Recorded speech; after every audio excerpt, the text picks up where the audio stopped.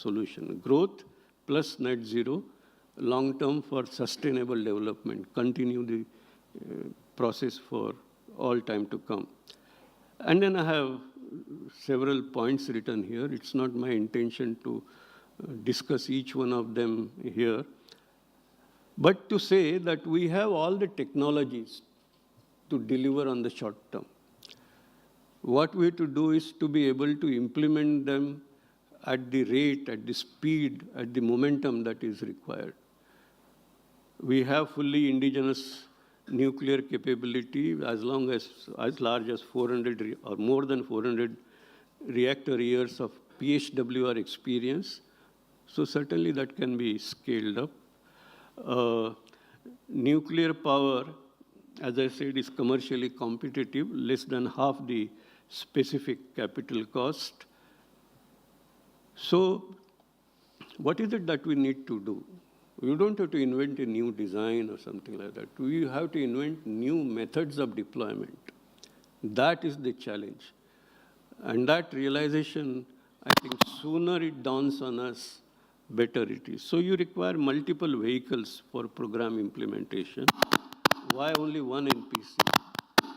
Multiple NPCs, multiple PSUs, multiple joint ventures, because I think it's a question of mobilizing capability and technical expertise. So that is one approach. The second approach is we have this 220 megawatt. We have so much of experience. There are dozens of such reactors operating well. On the other hand, industry is in need of dedicated supply. So why can't we create a way where, we have, of course, our Atomic Energy Act, it has posing some limitations. But I'm not championing changing the Atomic Energy Act. That is not the solution. The solution, according to me, is to address the problem, which is the core, the problem at its core. And that is you create dedicated access to energy for our industries. And I think we should talk about creating new ways of deploying 220 megawatt units. We should also build, if we can build a submarine reactor, why can't we build an SMR? And we should have, because heavy water reactors may not be locatable at sites vacated by coal plants. There may be access issue, area issue. So we should have our own SMR. And finally, see, all our PHWRs, they work on natural uranium. Now, three-stage logic, natural uranium, actually the neutron efficiency of PHWR is actually leveraged to make the best of three-stage logic. But at the same time, we are growing capacity. We have to grow capacity out of imported uranium, which will be under safeguards. And you'll have to keep this spent fuel under safeguards for long enough time, several decades. We're already doing that, and that's a cost. That's a cost in holding them as spent fuel.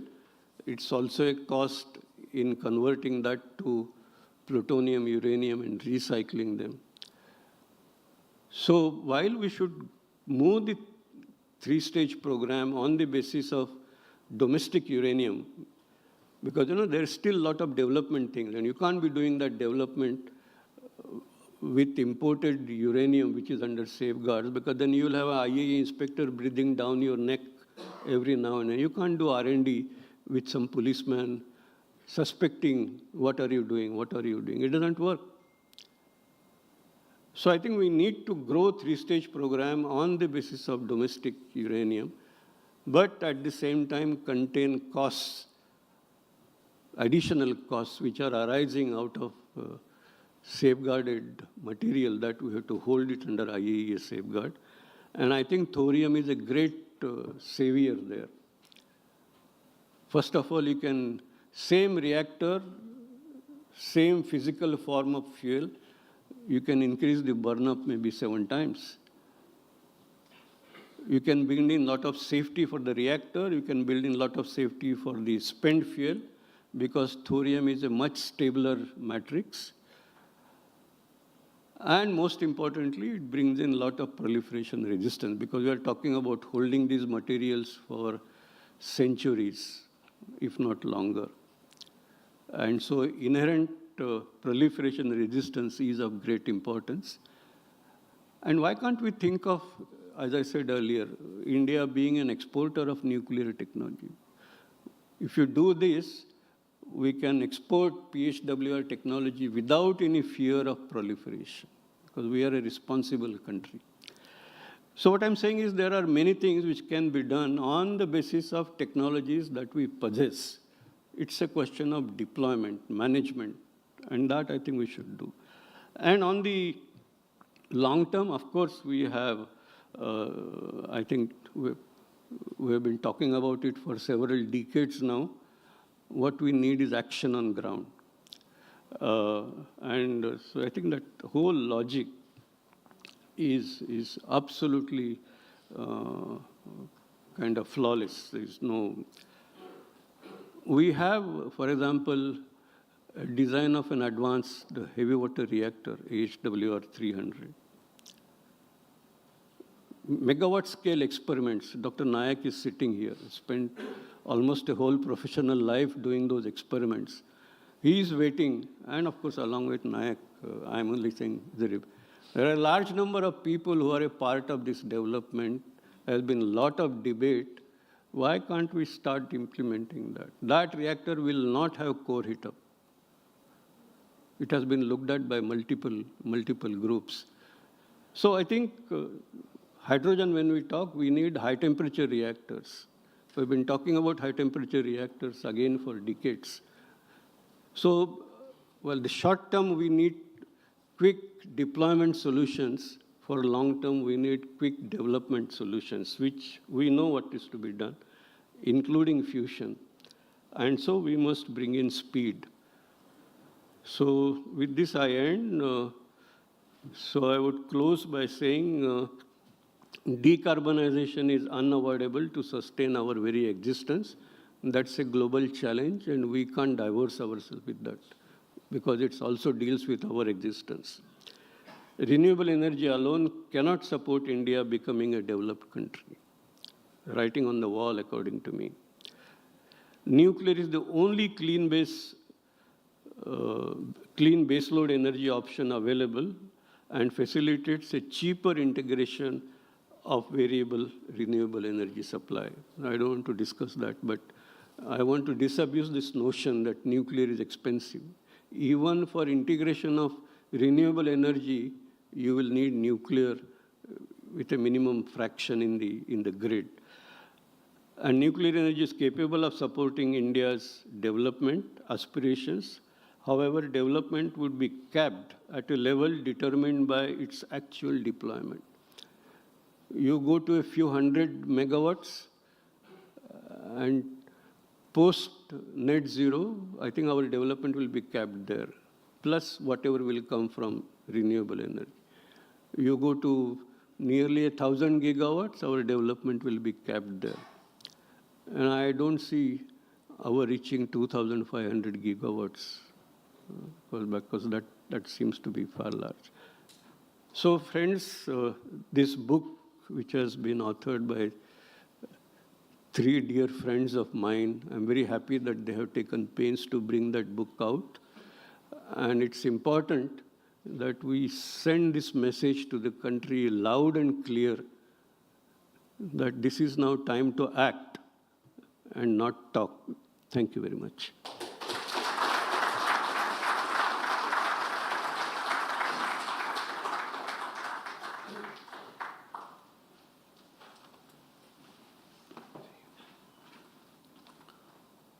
Thank you very much, sir.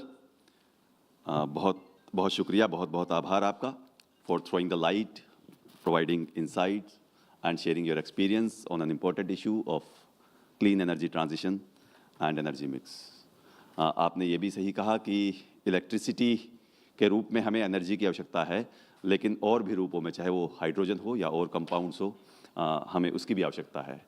और इसके लिए शायद nuclear power एक बहुत ही बढ़िया option है, और इसके लिए हमें फिर 3 स्टेज प्रोग्राम को डेवलप करने की या उसे आगे बढ़ाने की, तीव्रता से आगे ले जाने की आवश्यकता है। बहुत बहुत शुक्रिया। और मुझे लगता है कि ये सारे ही काम किस तरह से किए जाएंगे, इस बात का मार्ग प्रशस्त करती, इस बात की राह दिखाती हुई ये पुस्तक है, climate change, clean energy transitions, energy options and relevance of nuclear power, जिसके ऑथर हमारे सामने हैं डॉक्टर A.K. नायक जी, प्रोफेसर J.B. जोशी जी और डॉक्टर सम्यक जी। मैं चाहता हूं कि हम अपने आदरणीय, परम आदरणीय पद्मश्री, पद्म भूषण, पद्म विभूषण डॉक्टर अनिल काकोडकर जी को जोरदार तालियों से आभार व्यक्त करें। Thank you very much sir. और कार्यक्रम को आगे लेके चलते हुए अब हम सुनने जा रहे हैं एक और एमिनेंट साइंटिस्ट, एक और डिस्टिंग्विश्ड स्पीकर को। जी हाँ, before I invite him on the dais, I would like to share his brief profile with all of you. Yes, he is none other than Padma Vibhushan Professor M.M. Sharma ji, who is a PhD from Cambridge University, who has served as former director of UDCT. In 1990, he became the first Indian engineer to be elected as Fellow of Royal Society UK. जी हाँ, जोरदार तालियां होनी चाहिए। He was awarded the Padma Bhushan in the year 1987 and Padma Vibhushan in the year 2001. He is elected honorary fellow by the Royal Academy of Engineering and is foreign associate of the US National Academy of Engineering. Ladies and gentlemen, please put your hands together for Professor M.M. Sharma ji.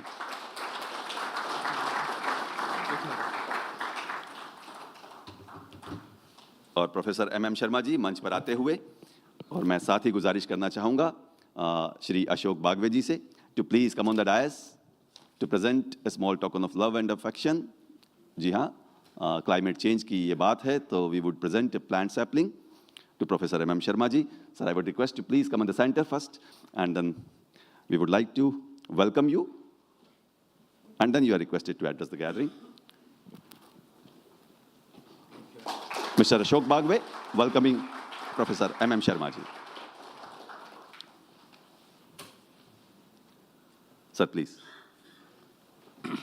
Distinguished personalities, you had a very elaborate exposition on nuclear power. I am an unabashed supporter of nuclear power, which Kakodkar knows. We need more champions from outside Atomic Energy Commission to support nuclear power. We talk a lot, but action, as he mentioned, action is lacking. My portfolio is only to talk about the climate change linked to carbon dioxide emissions. It will be inevitable for carbon to be burned, whether it is from natural gas or from hydrocarbons or from coal. We are talking of in excess of 40 billion tons per annum. But we have had remarkable advances in removal of carbon dioxide. It all started in fertilizer plants and methanol plants. Many of you won't remember when ammonia was not linked to urea, carbon dioxide was removed by water wash. Most people won't know this, but that was the technology in practice. Once urea came in, carbon dioxide removal became crucial both in ammonia plants as well as in methanol plants. And I'll give you just brief background. It started with potash solutions to be used for carbon dioxide. Potassium carbonate in place of sodium carbonate, because soda bicarb has very limited solubility. Potassium bicarbonate has very high solubility that you can use 35% potassium carbonate for absorbing carbon dioxide. But the rates are low. It's only liquid film control.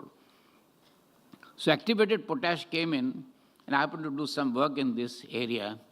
And as the technology advances, the first such activator was arsenite.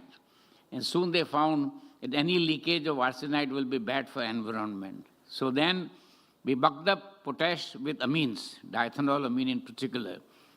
Then came further advance in this area, methyl diethanol amine with an activator, another fast-reacting amine like piperazine or methyl aminoethanol and all. So today we can design a CO2 removal system, not only in methanol and in ammonia plants, ammonia in particular, because you need that pure carbon dioxide for urea production. But all the flue gases coming from burning of any source of coal, any source of hydrocarbon, and we can remove carbon dioxide from the gases down to vanishing levels very efficiently. And there have been remarkable developments. In fact, last 3-4 years, the number of papers that have appeared in improving the CO2 removal is really remarkable. And these are very unusual methods, only to prove that no technology is ever mature. Not only we have this better absorbent, but much of the energy goes in the desorber. And this desorber design is undergoing dramatic changes at how you can catalyze desorption. And it makes use of catalysts, even cavitation. People are also talking about solvents, biphasic solvents. So CO2 removal today, you can say to a great extent, is a fairly mature technology. The question is, what use do you make of this carbon dioxide? A lot is being talked about very loosely. Carbon dioxide can be converted to methanol. Yes, today we have technology to convert carbon dioxide. At what cost? Unless your hydrogen cost comes down to $1 per kilo, there is no way, no economic way of converting CO2 to methanol or things. What is possible when flue gases through fermentation process are being converted to ethanol and all? That is one where J.B. Joshi has done some work in terms of designing those reactors where the liquid side mass transfer coefficient can go to 1 reciprocal second, unheard of in chemical industry. And that's one way. But carbon dioxide utilization, so much is being talked about so loosely. When you are talking of billions of tons, where will you use this carbon dioxide? All right, in urea you need carbon, but how many millions of tons of urea do you make in the world? How many millions of tons of methanol do you make in the world? A recent development where this pure carbon dioxide will be very helpful is dry reforming of methane. Methane plus, instead of steam, methane plus carbon dioxide going to syngas, and syngas to. Now, chemical industry historically has been very, very strongly energy conscious. In every area of chemical industry, we have dedicated efforts to reduce the energy consumption. For example, you take distillation, many, many improvements in distillation, reactive distillation, by which we bring down energy consumption. We have proven technology to use heat pumps from the top of the condenser, from top of the distillation column to save energy. So those exercises will go on. But I'm very happy with the statistics that Sri Kakodkar has projected. In fact, we say nuclear power is required, but what is the actual action on the ground? In last 10 years, how much have we added? Notwithstanding what we need to add. So action is required, not just pious statements. And now, a couple of days ago, saying that it will be open to private investors also, along with Nuclear Power Corporation. Now, this also has been said earlier, but what is the actual action on the ground? I mentioned to Mr. Kakodkar that in US there is already a trend of 50, 100 megawatt to be linked to chemical industry. See, chemical industry is often talked about as energy guzzler, but they are the most conscious people in terms of energy conservation, let me tell you. Everything is measured in terms of how I can reduce the energy consumption. An excellent example is when you reform naphtha, in the furnace you burn natural gas. Now they want to use renewable electricity to supply the endothermicity, the heat required for reforming of, cracking of naphtha or reforming of naphtha. It's a very advanced stage.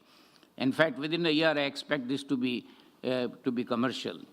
So this CO2, everybody says climate change means CO2. We can take care of CO2. Question is where you are going to utilize. Interestingly, many people have forgotten that many, many years ago, there used to be CO2 generation plants, not just for cold drinks, like we had Sadar carbonic gas and all, But in US, they were movable plants because secondary and tertiary recovery of oil required CO2 bubbling. So there used to be a caption, CO2 markets bubble. That is one useful deployment of carbon dioxide. Our secondary and tertiary recovery has started in India, but mostly by non-CO2 methods.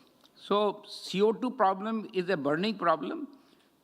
There is no problem in recovering CO2. In fact, we can even recover SO2 from flue gases. When you are burning any fuel, coal containing sulfur, we can selectively remove sulfur dioxide and then carbon dioxide. That technology exists. So if we want to only talk about CO2 recovery, I would say that we are in a reasonably good position to do that. When you will ask the question, where will I deploy this carbon dioxide, except for trivial quantities in relation to the total quantum that is coming, we'll be at our wits' end. It will be very difficult to show the utilization. So option is generation without carbon dioxide generation. So if you say hydrogen, electrolytic hydrogen is the only answer. But if the electricity came by burning of the fuel, the whole purpose is defeated. So you must get electricity.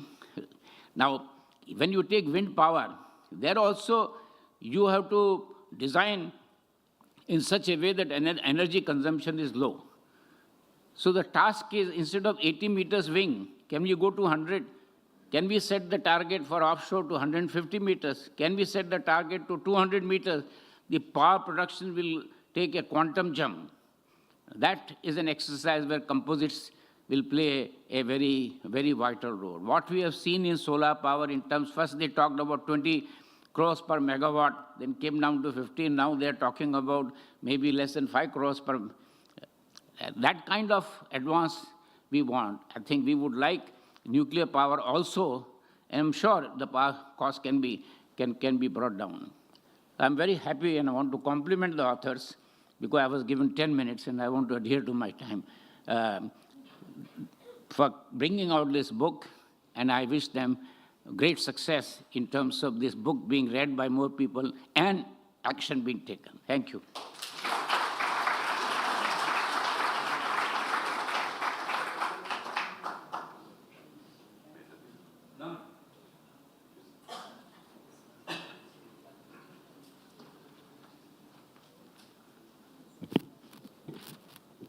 Ladies and gentlemen, this was Professor M.M. Sharma. एक बार जोरदार तालियों से हम sir का आभार व्यक्त करेंगे.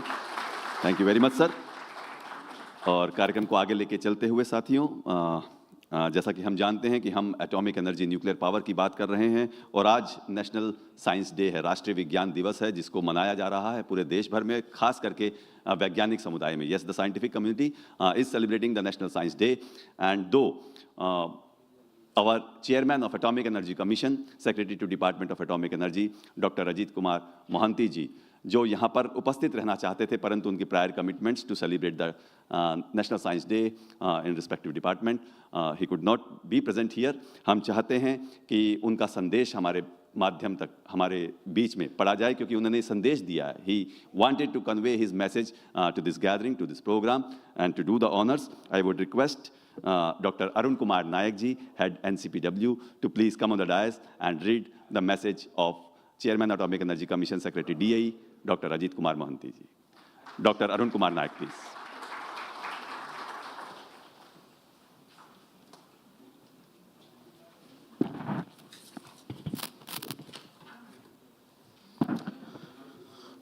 Good evening. I'm reading the message from Dr. Ajit Kumar Mohanty Sahab, Chairman Atomic Energy Commission. So respected Dr. Kakurkar, Professor Sharma, Mr. Bajaj, Dr. Grover, Mr. Rajadan, who is not here, of course, Professor Khakkar, and other dignitaries and authors of the book who have assembled in this fateful event, which commemorate the celebration of National Science Day across the country, and to discuss one of the most important issues challenging the globe for the climate change because of enhanced greenhouse gas emissions and the energy options for the entire world, particularly for India, in this seminar. I firmly believe that clean and renewable energy sources will be the driver for the new energy system when the world enters net zero. However, apart from renewables, conversion of nuclear fission energy to useful form in large quantities will be the major challenge, considering the management of radioactive waste and public acceptance for nuclear power. In Indian context, the renewable potential is limited, and that will demand strong presence of nuclear for a decarboned energy system to meet the huge energy demand of India by 2050 and beyond. I am proud to say that with the operation of 700 megawatt PSWRs at Gujarat, the country will accelerate the nuclear power program of India to several dozens of gigawatts by mid of the century. I am very optimistic to envision the operation of India's dream nuclear power plant, the 500 megawatt PFBR, by end of this year. The PFBR will not only build confidence in the critical nuclear technology of fast reactors within the scientists and engineers of the country, but also will help India to boost the nuclear power generations with minimal nuclear fuel while minimizing the nuclear waste and with ultimate safety. At BRC, the scientists and engineers have been developing advanced reactor technologies, including high-temperature reactors, which will play a critical role in hydrogen production apart from separation, generation of electricity using thorium as the fuel. The country will require several million tons of hydrogen to meet the clean energy supply for transport and industry sector. Apart from these thorium-based advanced reactors, BRC is also working on accelerators to burn radioactive waste and produce power using thorium. To decarbon India's difficult to abate energy-intensive industries such as steel, aluminum, cement, fertilizers, etc., NPCL's small PSWRs are being planned to be deployed in the captive power plants. With the above, DA is poised today to take up the imminent challenge of climate change and for the decarboned energy supply through nuclear at a cost competitive with other sources. I feel proud that today, on this fateful day, the book entitled Climate Change, Clean Energy Transition, Energy Option, and Relevance of Nuclear Power, authored by Dr. Arun Naik, Dr. Samyak Bunot, Professor Jasraj Joshi, is being launched. This book is very timely, and I congratulate all the authors for bringing out this book. I am very sure this book will serve as a compass guiding us through the intricate interplay of climate shifts, energy imperatives, and the path forward. Thank you. Jai Hind.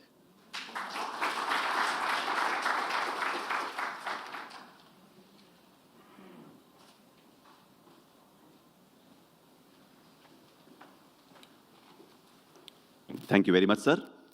Ladies and gentlemen, this was Dr. Arun Kumar Nayak, the author of the book, and he was reading the message from Chairman Atomic Energy Commission.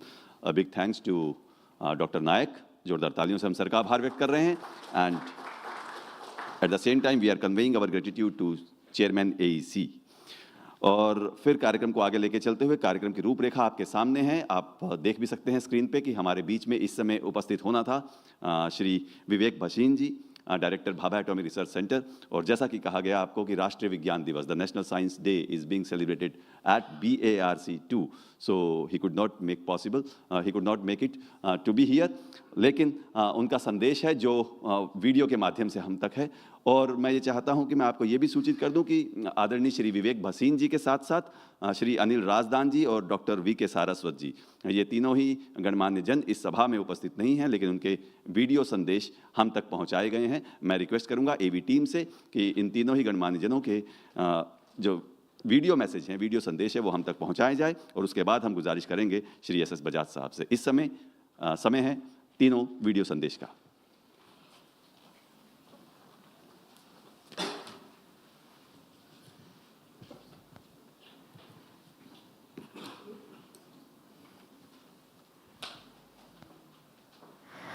Okay, good afternoon, respected Dr. Anil Kapotkar, Professor M.M. Sharma, Professor Khakkar, Shri Ajit Sonde, Shri Sapre, and other distinguished participants. First of all, many best wishes on the occasion of National Science Day. And it's a very good occasion on which a new book by Professor J.B. Joshi, Professor Arun Naik, and Dr. Samyak is being released. And the book aims at discussing at length the energy options towards net zero emissions and with relevance to nuclear energy. Now, this book is being released at a time juncture which is very important, specifically for a country like ours. On one hand, we have taken decision to move towards net zero emission in shortest possible time.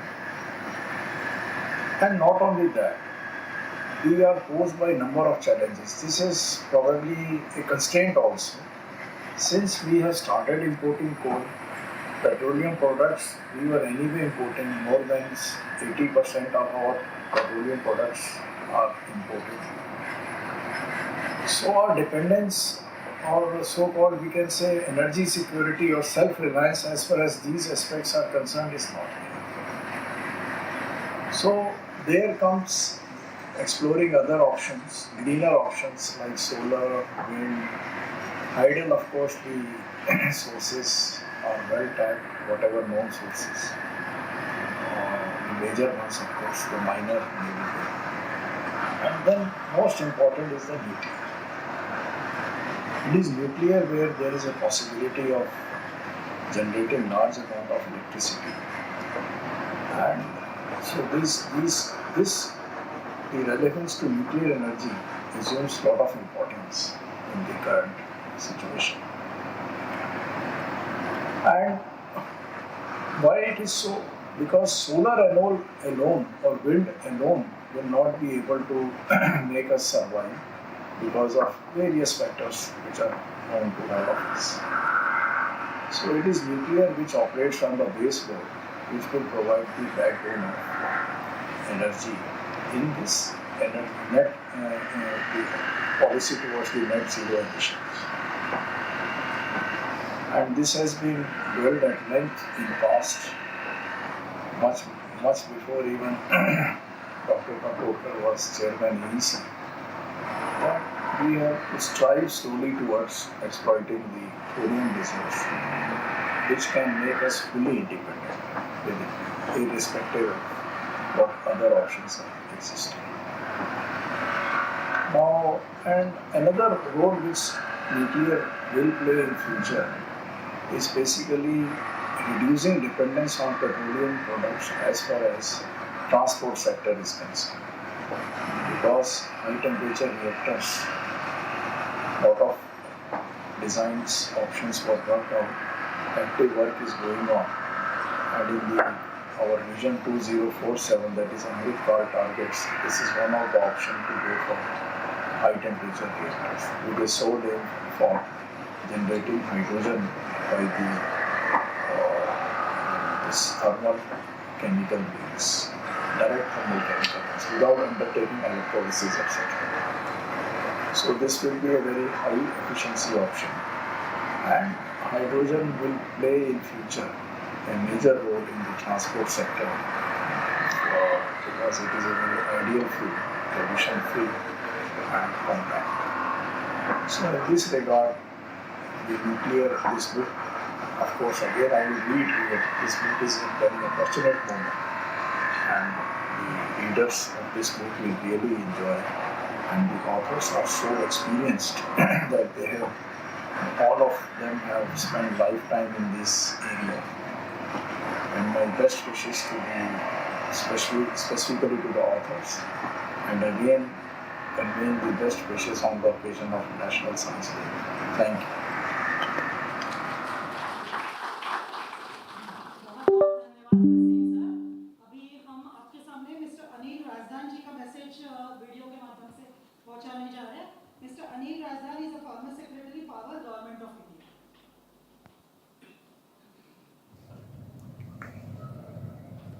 When we are talking of nuclear energy, the establishment at Trombay, I think, is well endowed not only with future nuclear energy capability research, but I think owing to its multidimensional background, we can delve into future areas of energy storage, which I think is going to play a very important part with the intermittent energy sources that we are planning from the renewable sources.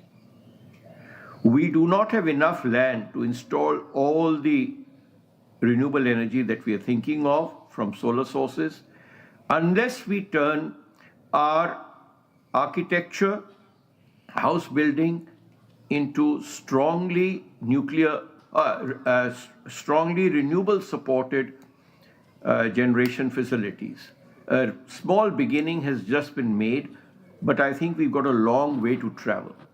I would strongly urge the nuclear scientists and other scientists assembled there to work strongly on safer, smaller nuclear reactors which can be installed, and also working on various storage options, because if transport and other important areas are to turn to renewables, we will need a lot of stored and reliable energy. My best wishes to you for the event. Thank you very much.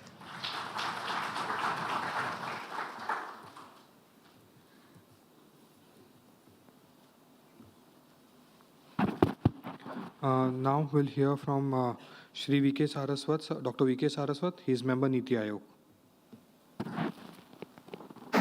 Dr. Kakodkar, Professor Sharma, Dr. Mohanty, Mr. Bajaj, Dr. Grover, Mr. Razdan, Professor Kakkar, and other dignitaries and authors of the book. First of all, I extend my heartful wishes to all those present in this fateful day when the nation celebrates the National Science Day and the experts are discussing one of the most important issues challenging the globe for the climate change because of the enhanced greenhouse gas emissions and the energy options for the entire world, particularly for India in this seminar. Niti Ayog is a policy-making body of India and has worked out India's energy demand vis-à-vis the energy options at net zero. In my opinion, renewables, nuclear expansion through small modular reactors, and conventional large-size nuclear reactors, apart from the carbon capture and storage, will play a major role for a decarbonized India. Personally, I believe small modular reactors will drive a faster energy transition by repurposing the retired coal plants and replacing the coal-based captive power plants. The country is expected to deploy several hundreds of these reactors, and hence it is expected the costs will be competitive to that of the conventional energy sources, including renewables. Safety is the most important parameter in nuclear power plants for public acceptance and regulatory clearances. Small modular reactors have the built-in intrinsic safety to fight against any internal and external hazards and are designed to be deployed in public domain without any off-site emergency. This is a critical requirement for India to adopt this technology. I understand that the country is taking steps to deploy its small-size PHWRs as a decarbonization strategy for hard-to-abate industries such as steel, aluminium, etc. And I'm sure this would help build confidence to accelerate nuclear power expansion with private support. I congratulate the Department of Atomic Energy for commissioning and operation of two 700 megawatt PHWRs at Gujarat. I'm sure the country will accelerate the nuclear power program of India to several folds in the coming future. Time has come for the country to initiate nuclear programs using thorium. India has one of the largest reserves of this useful resource. With the advanced reactor technologies and thorium as fuel, the country can produce clean hydrogen and can be a global hydrogen hub to meet the energy demand of India and other developing nations. I'll feel proud that today, on this fateful day, the book entitled Climate Change, Clean Energy Transition, Energy Option and Relevance of Nuclear Power by Dr. Arun Nayak, Dr. Samyak Munot and Professor Jayesh Raj Joshi is being launched. This book is very timely and I congratulate all the authors for bringing out this book.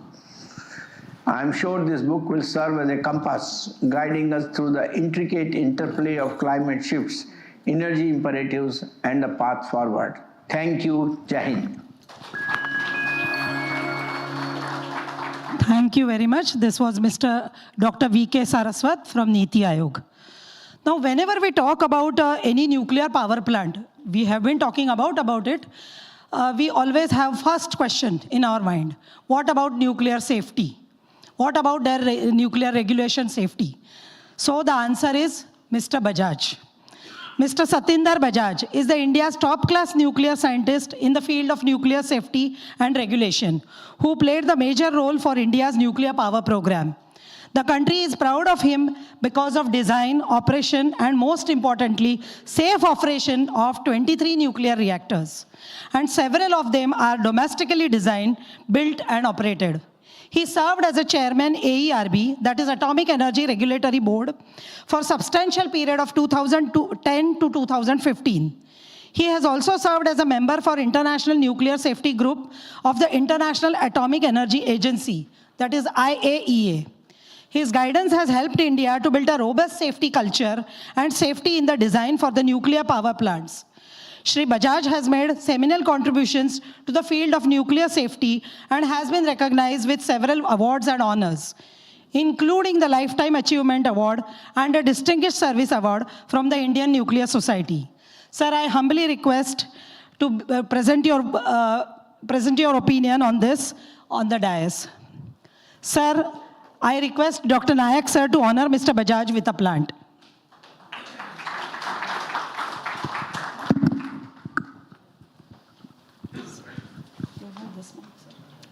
This should be okay. Give you a plant. Yes.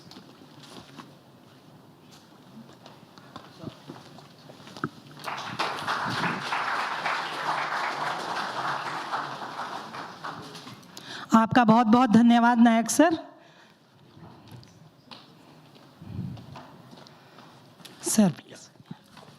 Thank you very much for the very generous introduction, half of which only I deserve. So, honorable participants, Dr. Kakodkar, Dr. M.M. Sharma, Professor Joshi, Dr. Grover, Dr. Devang Thakkar, Dr. Katti, Shri A.K. Nayak, and all other distinguished participants here.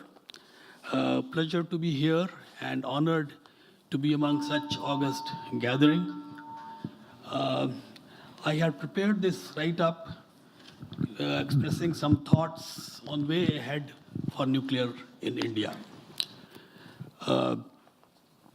So, as we all know, in our journey towards low-carbon transition, we have short-term targets and long-term targets, and the target that is really looming very ominously in front of us is global warming to be limited to 1.5 degrees centigrades above the pre-industrial levels, and then, of course, achieving net zero by 2050 or somewhere around that. And going by what the trends are so far, it is evident that we are in a race against time.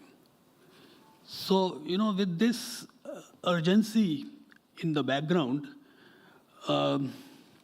we need to see what the short-term approaches have to be and what long-term approaches need to be. And I think Dr. Kakodkar has presented very effectively the short-term and long-term. I'll give a little bit of my take on this. So, and we know that in meeting these targets, or at least attempting to meet these targets, energy generation is the key factor. And And if our industrialization has to continue in the developing world to achieve reasonable standards of living, nuclear, I think there's no debate now that nuclear has to be very much present apart from whatever we talk about in renewables in terms of solar, wind, and so on. Now, the approaches for short term and long term.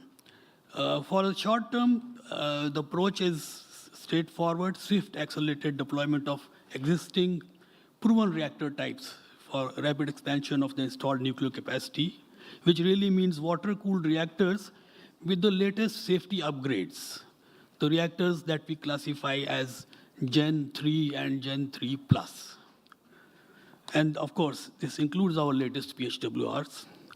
And then the longer term targets, at the same time, we need to continue development of new types of reactors, including SMRs, for meeting those long-term targets.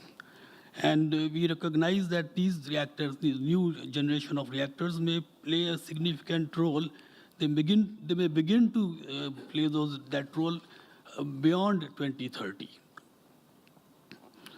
Of course, if we see the situation with regard to SMRs, there's a huge list of SMRs being proposed, developed in different stages. Maybe something like 80 such reactor types are in the offing.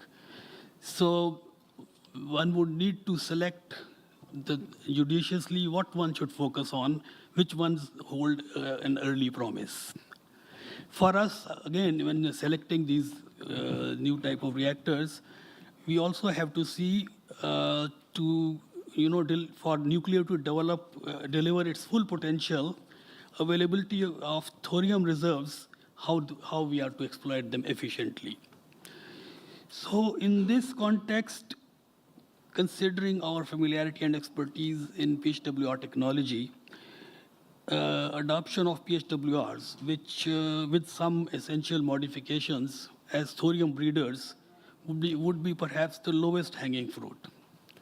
Of course, a host of studies and investigations would be required to establish the suitability, including several issues. For example, suitability of existing designs of, we use collapsible fuel cladding in our PHWRs. So whether that would be, how would that be usable in this thorium use when we need to have extended fuel burnouts.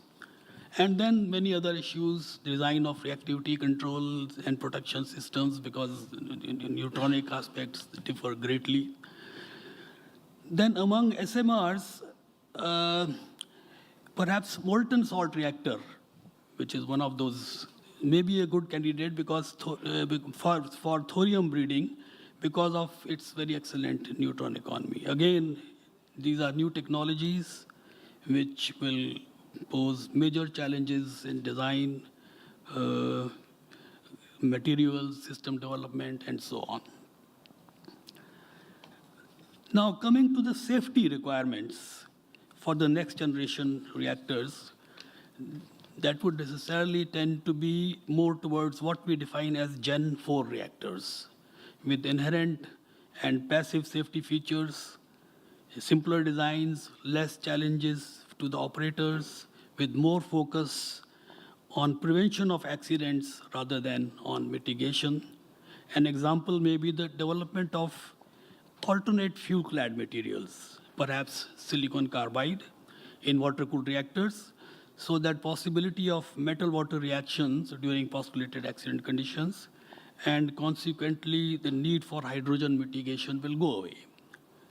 So that will be a great kind of step jump in the safety of our water-cooled reactors. Now coming to some challenges ahead. One of the challenges in setting up new nuclear power plants is the siting requirement. I think it has been mentioned. Siting requirement of having an exclusion zone of specified radius to be under the exclusive control of plant authorities with no public habitation permitted within that zone. The primary purpose of this requirement is protection of public from radiological consequences of a postulated severe accident. Now, as per current regulations in India, the size of this zone must not be less than 1 kilometer diameter, radius. Although with today's reactors, assessment of radiological consequences following postulated accident can justify much smaller exclusion zone. So a relook at this requirement is needed for a more rational decision making in this area. Another and a more fundamental issue relevant to this matter of exclusion zone and other such regulations affecting or impacting more widespread adoption of nuclear power pertains to how we perceive the health effects of radiation, particularly low-level radiation. Now, there is a growing opinion based on evidence that such low-level radiation is much more benign than hitherto perceived.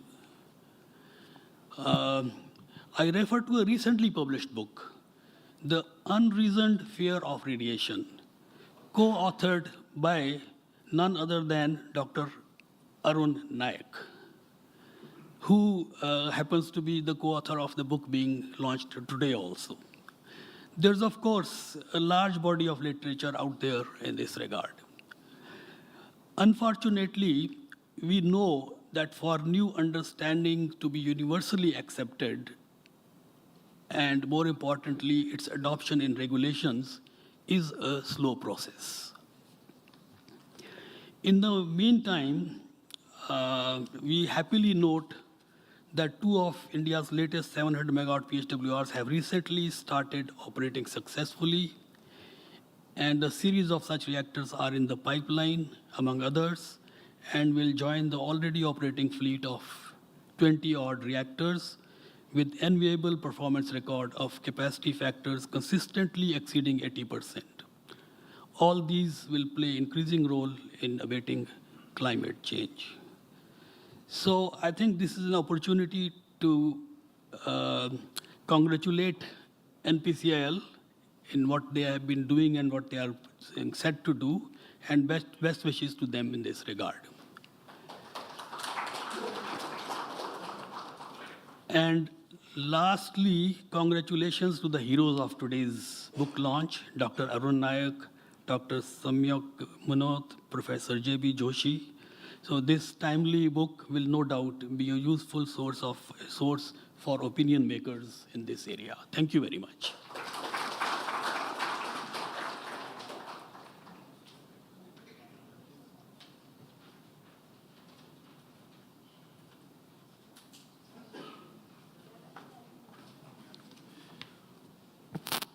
Thank you very much, sir. Ladies and gentlemen, we were listening to Shri S.S. Bajaj ji, an eminent scientist of the nation and former chairman of Atomic Energy Regulatory Board. Let us convey our sincere gratitude through a huge round of applause. बहुत बहुत शुक्रिया sir आपका, बहुत बहुत आभार. और बिल्कुल सही कहा आपने कि आज के फंक्शन के जो हीरो हैं डॉक्टर अरुण कुमार नायक जी, डॉक्टर सम्यक जी और प्रोफेसर जे.बी. जोशी जी, जिनकी बदौलत आज हम यहाँ सब हैं, और ये पुस्तक जो हमारे देश के लिए एक मार्ग प्रशस्त करती हुई, और एक और जिक्र सर ने किया, द अनरीजन्ड फियर ऑफ रेडिएशन, इस पुस्तक का विमोचन भी G20 कॉन्फ्रेंस में हुआ था. मेरा सौभाग्य है कि मैं उसका भी चश्मदीद गवाह बना था, और आज फिर एक नया आयाम लिखने के लिए तैयार हैं हमारे तीनों ही लेखक. Well, taking the program ahead, now it is time to invite one more distinguished personality here. And then before I invite him, let me share a brief profile of his among all of you. Ladies and gentlemen, yes, he is none other than Dr. Sanjeev S. Kati. Dr. Sanjeev S. Kati served as the Director General at ONGC Energy Center, OEC, that is in Delhi, where he was instrumental in leading research, development, and demonstration, that is RD&D projects for implementing the OEC vision of harnessing science and technology to meet the national energy needs of tomorrow in a clean and sustainable manner. He was awarded the Hutchison Medal of by the British Institute of Chemical Engineers in 1995. He is a fellow of American Institute of Chemical Engineers, and he is on the Industrial Advisory Board of University of Massachusetts at Amherst. He is also a fellow of the Royal Society of Chemistry, UK, and a fellow of Indian Institute of Chemical Engineers. He is exceptionally known for standing first in all his lifetime examinations, may it be at school, college, and research. Please give a huge round of applause to Dr. Sanjeev S. Katiji. Sir, we would like to invite you on the dais to present your talk. Along with him, I would request Dr. Arun Kumar Nayak ji to please come on the dais to present a floral bouquet, the plant sapling, and to welcome Dr. Sanjeev S. Katiji. Requesting Dr. Sir, please be at the center. We would like to welcome you first, and then would request you to address the gathering. This is Mr. Arun Kumar Nayak, Dr. Arun Kumar Nayak from Department of Atomic Energy, welcoming Dr. Sanjeev S. Katiji.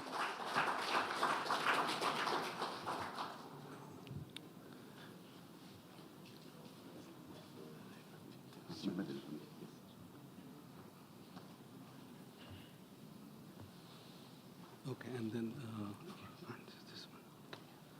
And is there a pointer? इसमें दे सकते हैं यहाँ पर एक minute में.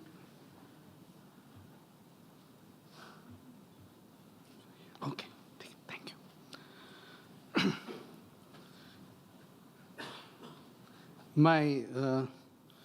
My three gurus here, Professor M.M. Sharma, Professor Joshi, and Padma Vibhushan Kakotkar. I'm going to talk about relative challenges and opportunities in the green energy and clean energy area. There is a distinction. Green typically means renewable. Clean means you can include those that don't emit CO2. Let me just go one by one and look at the pros and cons. I'm sure many of these things are already covered, so I will be very brief. India today is fifth largest solar power producer using PV technology. So we have made a lot of progress. We have not done so much progress in solar thermal. We can do tremendous amount of integration of solar thermal into heating requirements in process industries, fertilizer, cement, steel, and so forth, because they consume about 38% of the country's total energy consumption. Then we can see some of the things that energy access and rural area, industry and transport sector and all that. The new thing is solar buildings, which is basically passive architecture and building integrated photovoltaics. That's the future. And solar space heating and cooling. I'm just going to flash some of these. So this is the solar revolution for masses. These are small things. I think the main challenge here is bringing the cost down that is affordable, maybe the partial subsidy or giving away free. I don't believe if you give something away free, it becomes difficult. So maybe 50-50 or some such thing. And this will really change the life of the rural people in the rural areas and so on. We always talk about lighting and electricity, but we can also look at solar cookers and the like. This is typical, these are plants pictures from overseas. These are typical solar thermal power projects. We can also use those for steam cooking in large messes and so forth. This is in Mount Abu, Rajasthan. Now some of the pros and cons. I mentioned fifth largest solar energy producer, but our PV films, we are totally, mostly dependent on imports, 90% from China.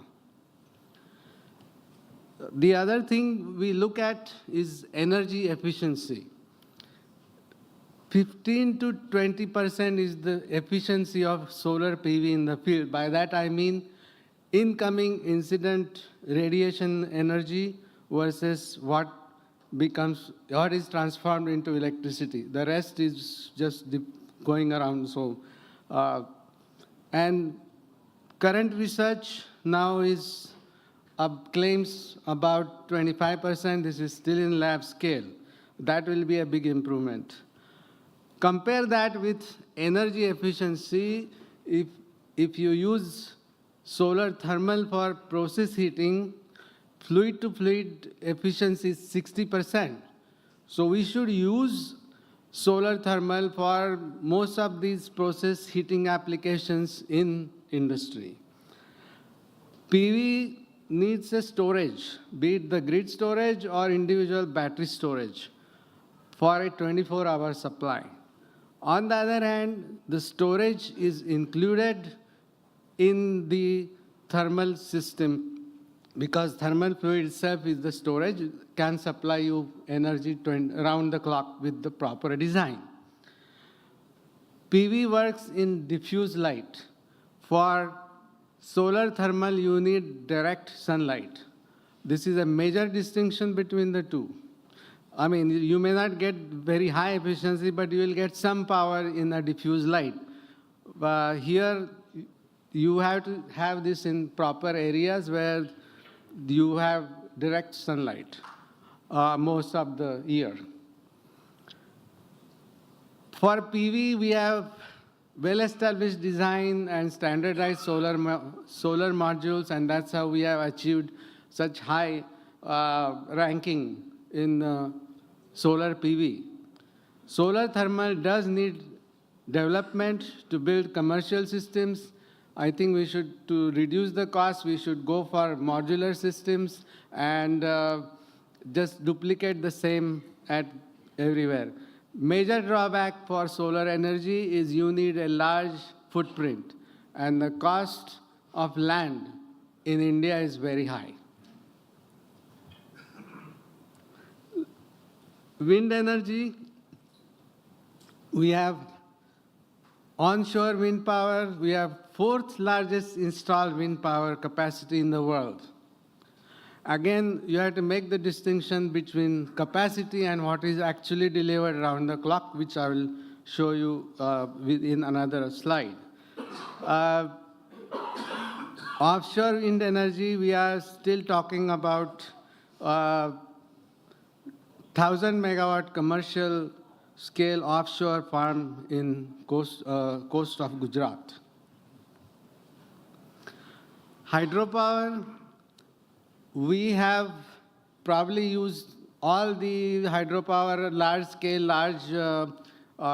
large dams and so forth.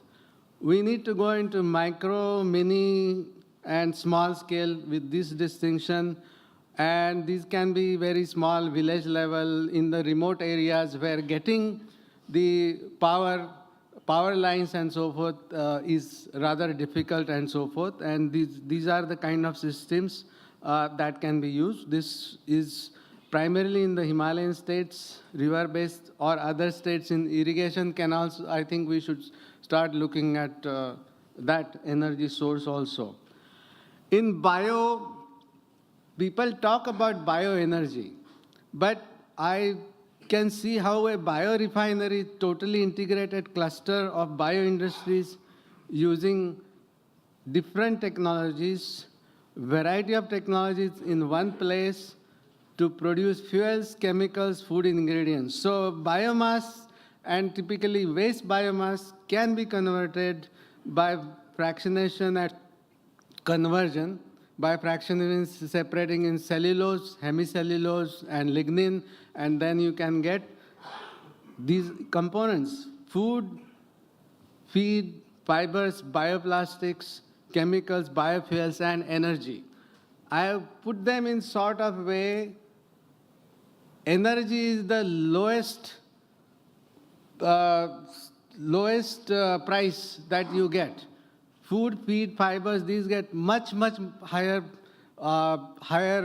price. So just energy becomes economically not very feasible.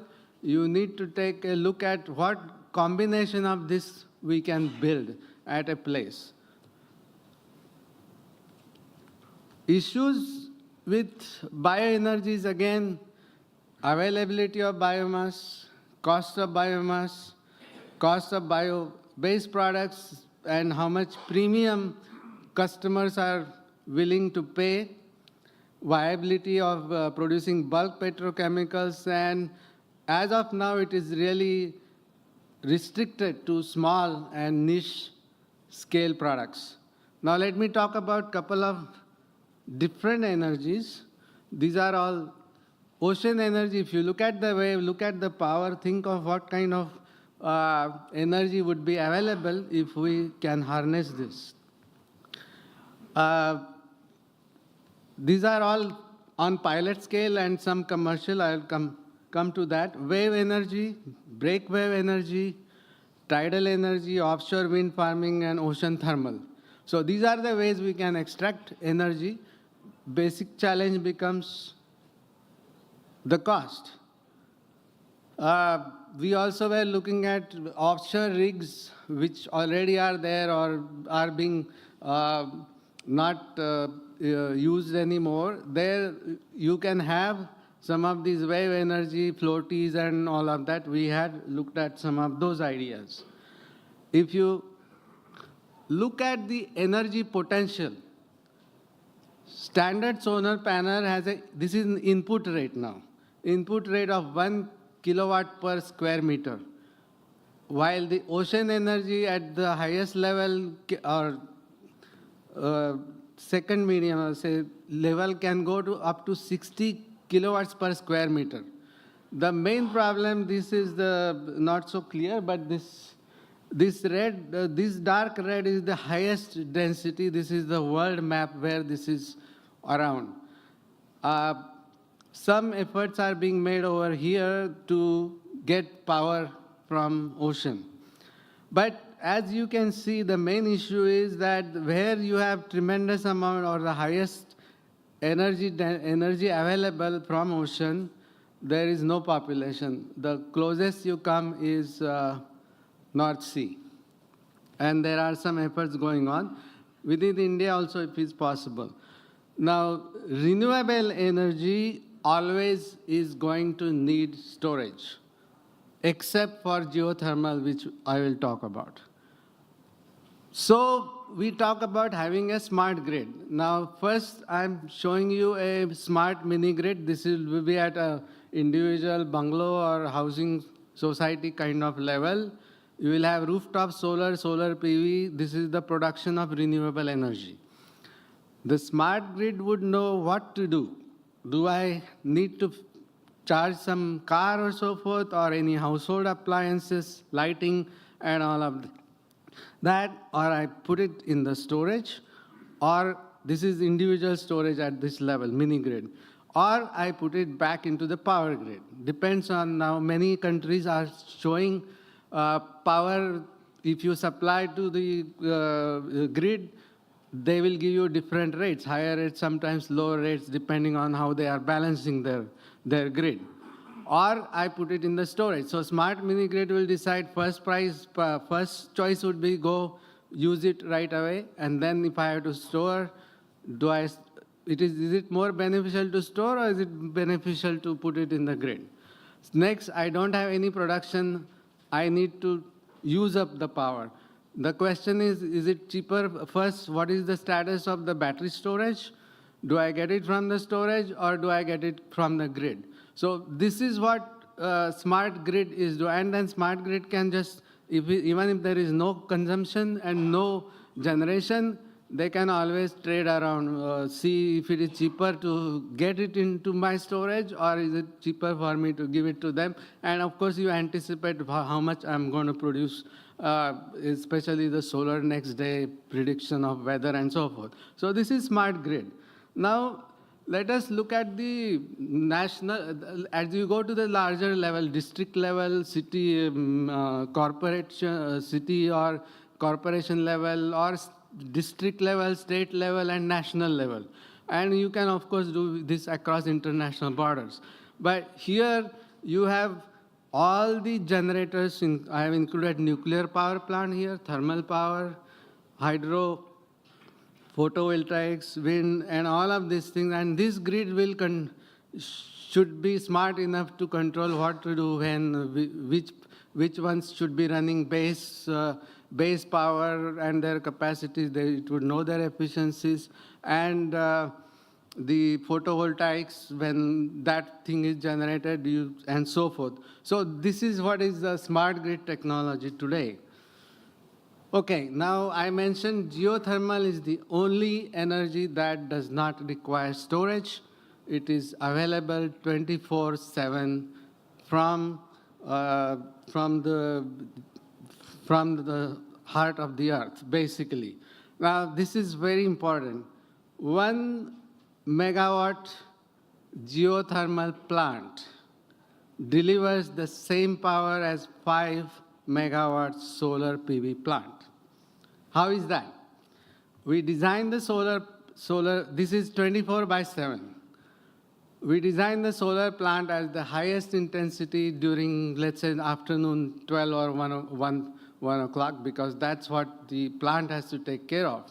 If you average, solar is available 8 hours a day, and again, the generation starts from 0, peaks and comes down. So that is where this factor of 3 for 8 hours, and then another factor if you average over the 24. And that is also the reason why solar needs storage. This is the same thing again. On the left-hand side, I have renewables. On the right-hand side, I have thermals. So geothermal has a capacity factor which has the highest capacity factor of all the energies. Nuclear comes very close, but this is 84% versus solar is about 17%. That's that factor of 5, right? Wind and hydro are about in this range for various reasons. I don't have time to get into that. On the thermal side, nuclear is the best in terms of capacity factor. And these coal, CCGT, and oil and gas, these are the capacity factors. So these are the ones that need to be done as the base power load. Again, except for geothermal, all other renewable energies need storage, may it be in the grid, smart grid and grid balancing.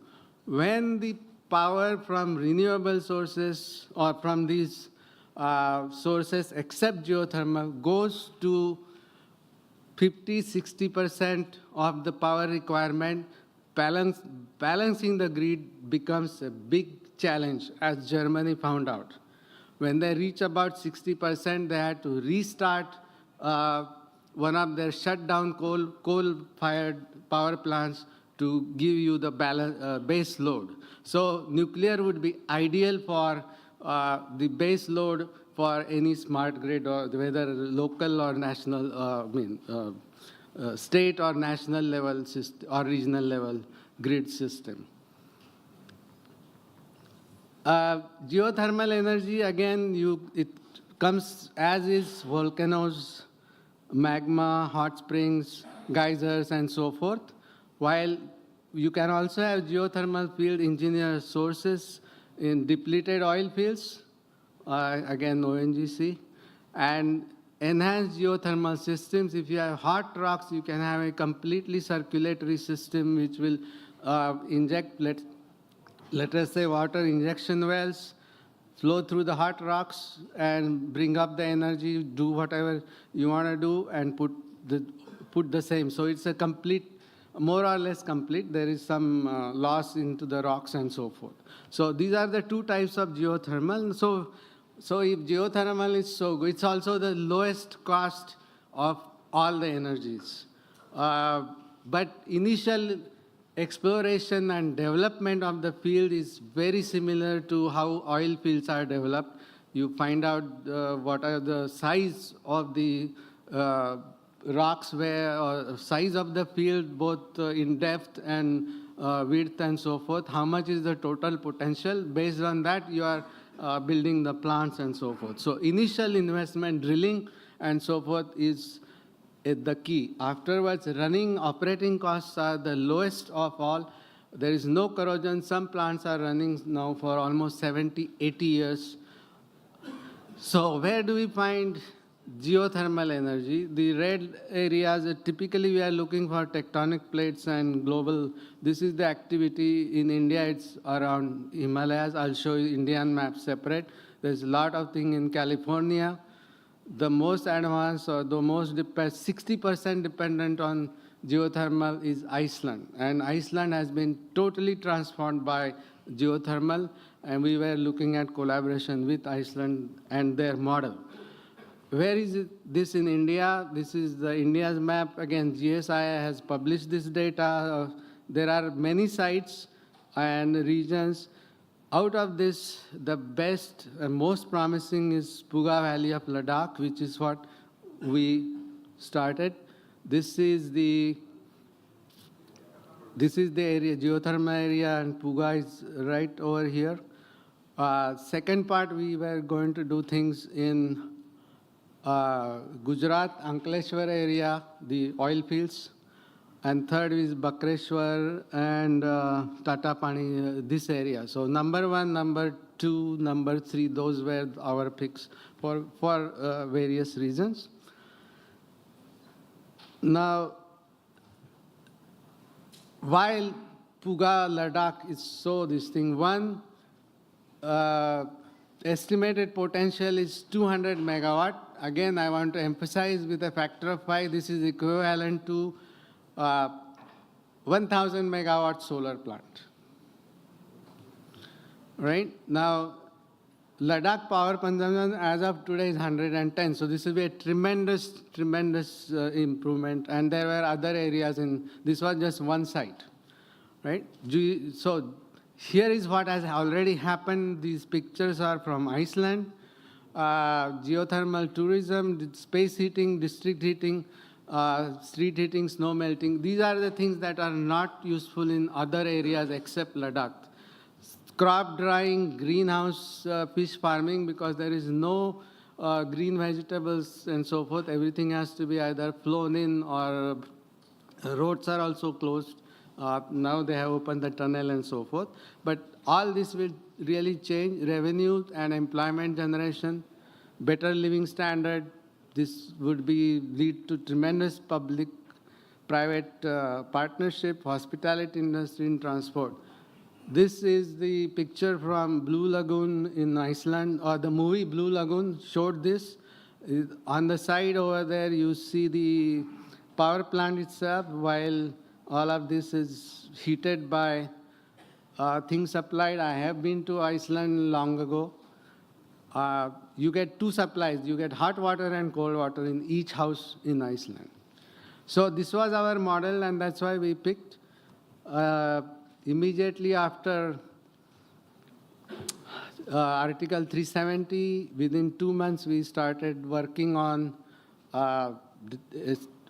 signed an MOU with the administration, Ladakh, and so forth, on 6 February 21. I still remember the day because the high temperature of the day was -4 degrees, and low was probably around -20 degrees.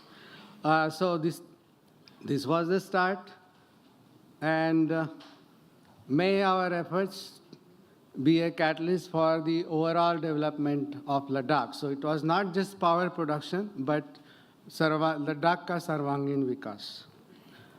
Now let me talk a little bit about energy transition. We are moving from solids, fuel wood to coal. Now we are somewhere in oil and natural gas, and ultimately we all agree that it is hydrogen.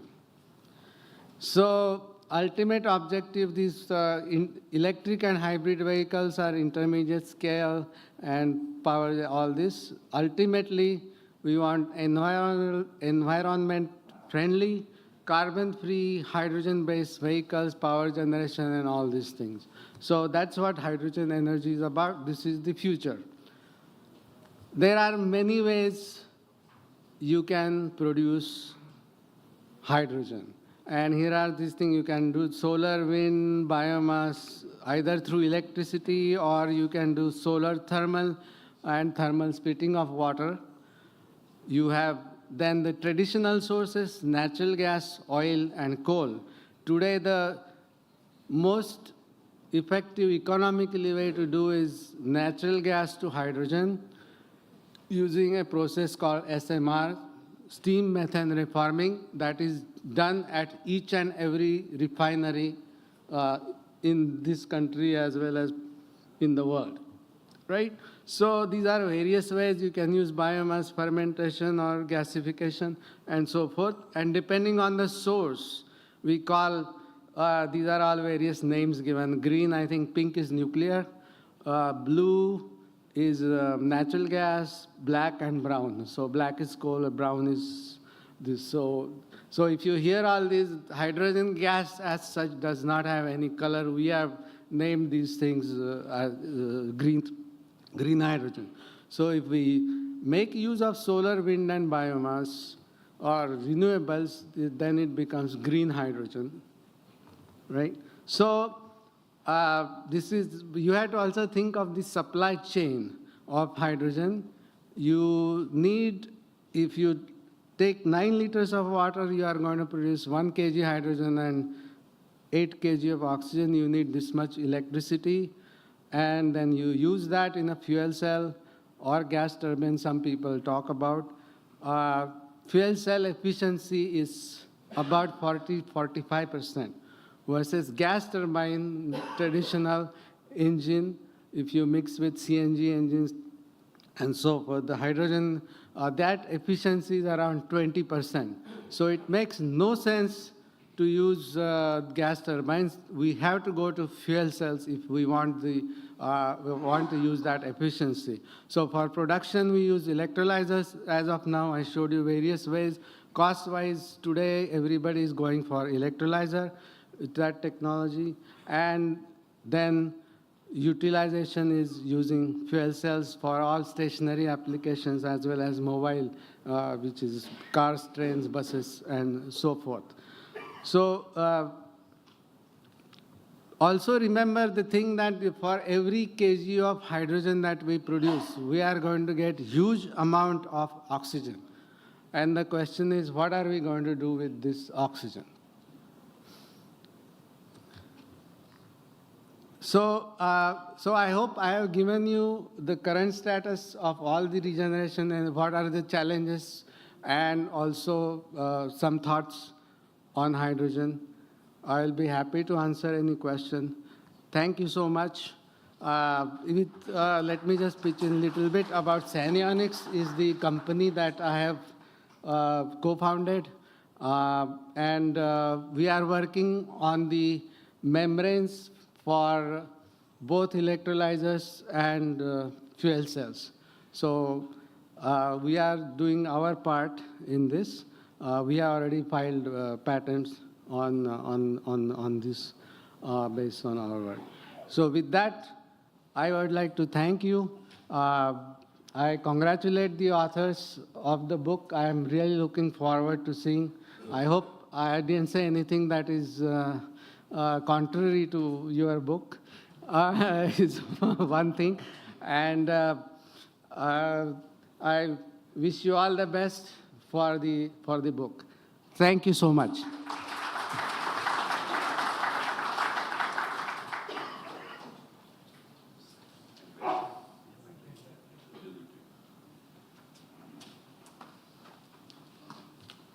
Thank you very much, sir. Thank you very much for enlightening us with the treasure of knowledge. Ladies and gentlemen, please put your hands together to convey our gratitude to Dr. Sanjeev S. Kattiji. And now, taking the program ahead, again, we are going to invite one more distinguished speaker. Before we invite him, let us know a brief about him. Yes, he is none other than the Professor Devang V. Khakkarji. He is the former director of IIT Bombay, a chemical engineer and scientist.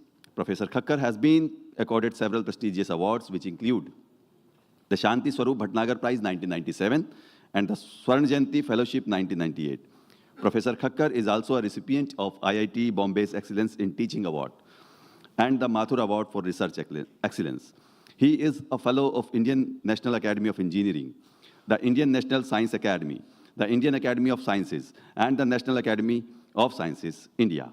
He serves on the Science Advisory Council to the Prime Minister of India, Scientific Advisory Committee, Central Advisory Board of the Education, and Atomic Energy Regulatory Board. He is an independent director on the boards of Indian Oil Corporation and Antrix Corporation.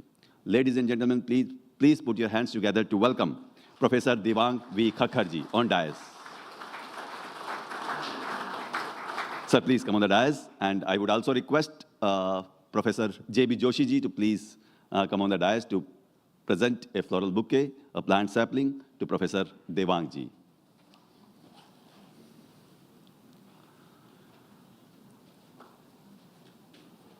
This is Professor Devang V. Khakkarji on the dais. Professor J.B. Joshi ji presenting a plant sapling to welcome Professor Devang V. Khakkarji.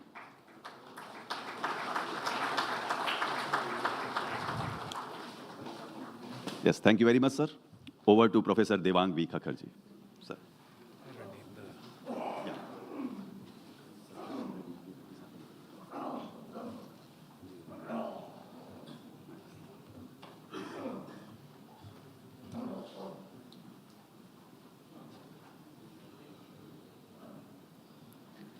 So, good evening. I'd like to, first of all, thank Professor Joshi for inviting me to be part of this occasion.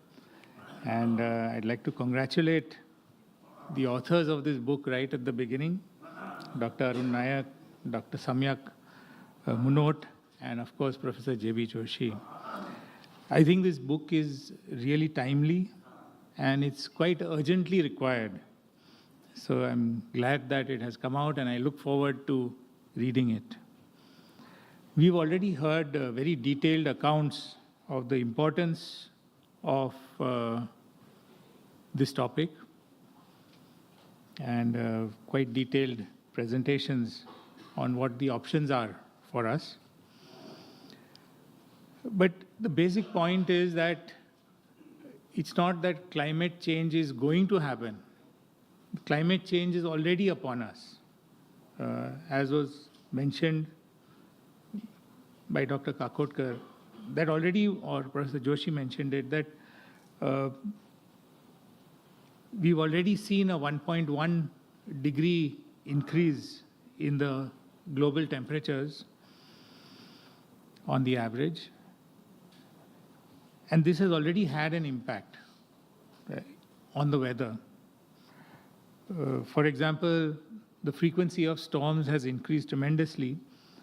And, you can get a quantitative estimate of what impact these storms are having in terms of the increased amounts that the insurance companies are already paying out. Sea levels have risen and so forth. So climate change is already upon us. And as someone mentioned, that really taking note of what we can do is really urgent. We've seen now that we need energy, and Dr. Kakotkar has already mentioned what is the scale of energy requirement in India. And so we have to look at what are the primary sources that we can tap. So one is, of course, solar. The other is geothermal and nuclear. Fossil fuels form a major chunk of our energy usage, And during the energy transition, which will last for several decades, these fossil fuels will continue to be used. And, so we have to not only make the transition from the currently used fossil fuels, but we also have to see how we can mitigate the impact of fossil fuels.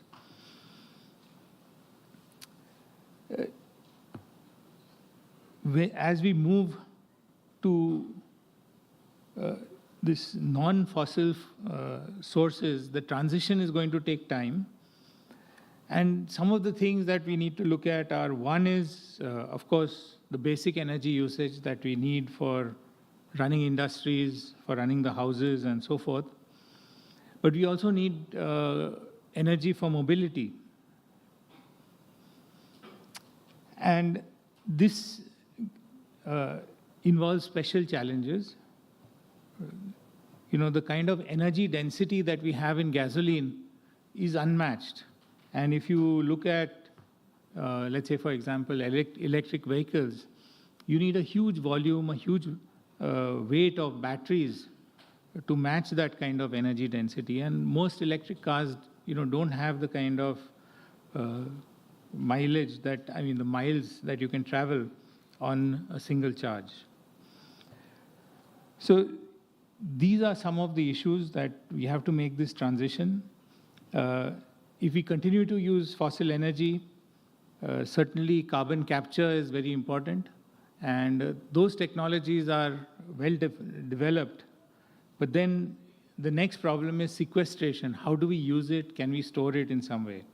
And I think these are some of the issues that have been already pointed out and some things that we need to look at. So one part is that our energy usage is going to continue to increase, but the rate of increase can certainly be mitigated by improving the efficiency of processes.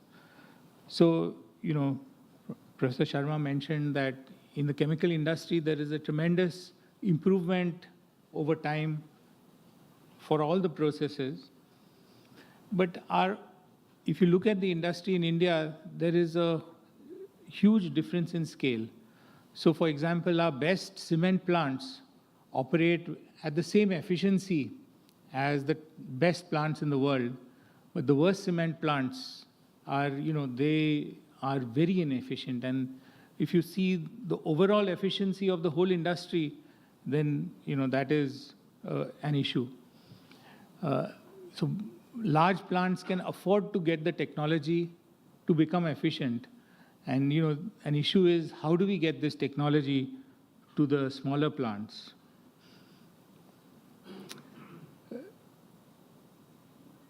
We need efficiency also for products. And, one of the things that we have seen in our own lifetime is the use of LED bulbs. The energy consumption in lighting has just fallen as a result of this. Over time, we have to think of many more such types of products which will bring down the energy usage significantly, more energy efficient refrigerators, air conditioners, and so forth, whatever we use on a large scale. It was also mentioned that there are some industries that generate huge amounts of CO2 because of the energy they consume, and steel, aluminum, cement were some of the industries mentioned. Now, of course, we can go to alternate fuel sources or nuclear energy for some of these, but we may have to come up with new processes. For example, for steel, one of the key elements of steel manufacture is the blast furnace, which inherently produces a huge amount of carbon dioxide as a part of the process. So, there may be need for alternates for steel. For cement, the primary reaction in cement manufacture is to drive out carbon dioxide from calcium carbonate to produce lime. And that carbon dioxide is emitted in addition to all the carbon dioxide emitted through the burning of carbon. So, there is another huge amount of initiative required in dealing with these. We heard that perhaps using small modular reactors in some of these industries could be a solution to mitigate their carbon emissions. But so I just highlighted a few problems. And speaking from the viewpoint of academia, I think that academia has a major role to play in this whole problem of how do we mitigate climate change. And so, of course, the primary role of academia is education. So the first thing is, of course, the awareness and the urgency of required action related to climate. I don't see this as we are so obsessed with the actual technical parts that these issues are not front and center. So creating awareness, making sure that these issues are highlighted from an early stage is really important. And understanding, what some of the options and so forth are. So education is particularly important. And, one of the solutions, as has been discussed in detail, is nuclear technology. Again, for this, education is really very important. I've served on the AERB under Mr. Bajaj for several years. And one of the things that came across very clearly is that people don't see nuclear energy as a form of green energy. And I think this is a major part that must come into our educational process, that perhaps nuclear is the greenest of the energies that we can have. The overall impression is that nuclear is very dangerous and we do not want a nuclear plant in our neighborhood. So invariably the siting process gets delayed incredibly because there are protests and there's major opposition for setting up nuclear power plants. So understanding the positive aspects of nuclear power are certainly very, very, very important. And then as far as research is concerned, Professor Sharma has already highlighted that tremendous amount of progress is being made in different aspects of problems related to climate change. And here, I think that there are major thrusts required. One is to try and understand what are the impacts. So as we put more carbon dioxide into the atmosphere, what impact is it going to have on various aspects of our environment? And so this is a huge effort requiring lots of, collecting data, doing massive numerical simulations and so forth. And this is the major area of study. The second is on technologies, and that there is a lot of innovation that is taking place and really generating new knowledge so that more of these innovations get into practice is certainly of great importance. And the final thing I'll say is that is really important is policy. I had an opportunity to be in one of these meetings where there were some consultants talking about climate change. And one of the things they mentioned is that, in fact, this transition of energy to a more green form is a great business opportunity. So it is important that our policies are made so that there is a driving force for innovations to be quickly adopted by industry, and there is a driving force for new innovations. We have seen that these things work very well, particularly when you look at the Clean Air Act in the US, which really cleaned up the atmosphere. Similar things can be applied for climate issues as well. I know of some companies in India in which they already add a carbon tax while calculating their internal rate of return. So when they're making an investment, if that process is going to produce more carbon dioxide, then there is a certain cost associated with it. So in some sense, through these kinds of policy measures, they're already pushing themselves to a less carbon-intensive future.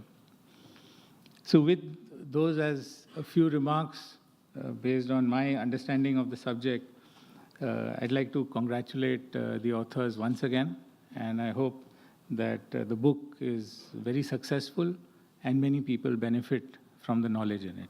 Thank you.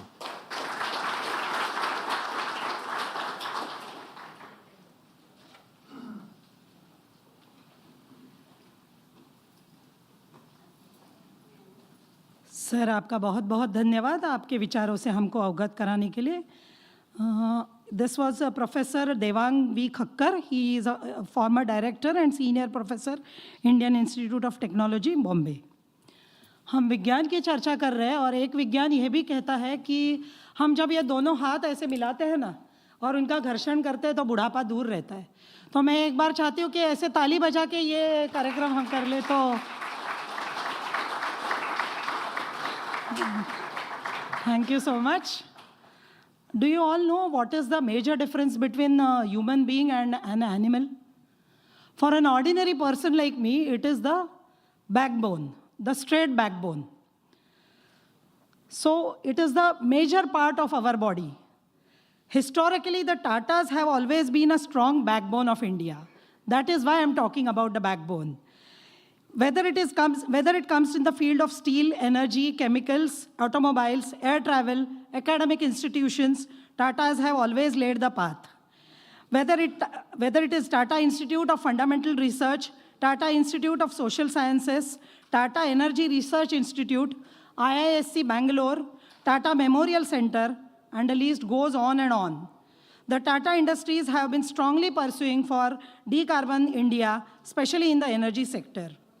And I would also like to mention here the Department of Atomic Energy, established by a great visionary, Dr. Homi Bhabha, would not have been in reality unless Tata's support. So we have here with us a charming personality from Tata Group, Mr. Amit Sharma. He joined Tata Consulting Engineers in 2012 as Executive Director and Chief Operating Officer. He was appointed Managing Director in 2015. Mr. Sharma has expertise in the field of engineering, and his leadership skills have been instrumental in driving the growth and development of Tata Consulting Engineers. He is playing an instrumental role in deployment of small modular reactors as a decarbon strategy in India. Sir, we would like to welcome you on the stage. I request respected Dr. Nayak, sir, to honor Mr. Sharma with a plant. Sir, please come in the center.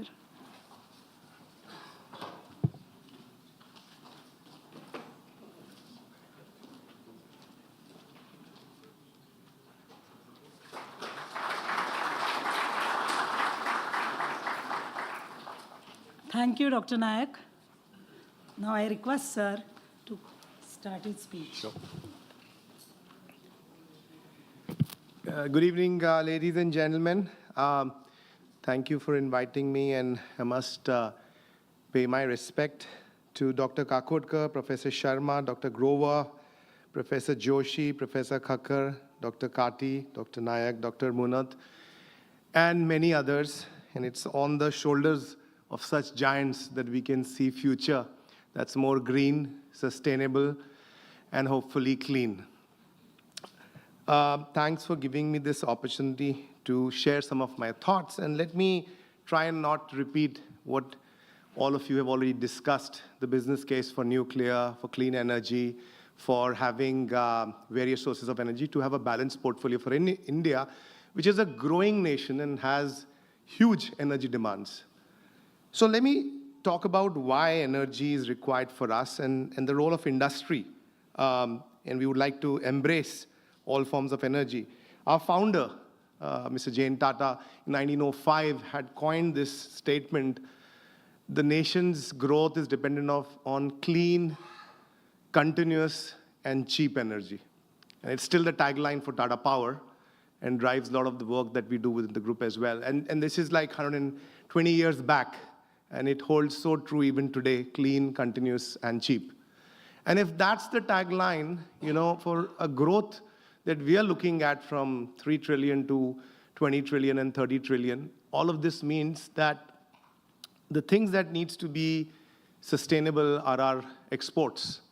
From current $500 billion to $2 to $3 trillion of exports, reducing import dependency, which primarily today is fuel-based, cannot shift to rare earth metals, lithiums, and so on and so forth, but also to keep our food prices lower, to keep our core sectors optimal in terms of aluminum, copper, cement, steel, to propel this growth. And as Dr. Kakodkar eloquently described, our energy demands will go from current 6,000, 7,000 terawatt hours to almost 30,000 terawatt hours by 2070.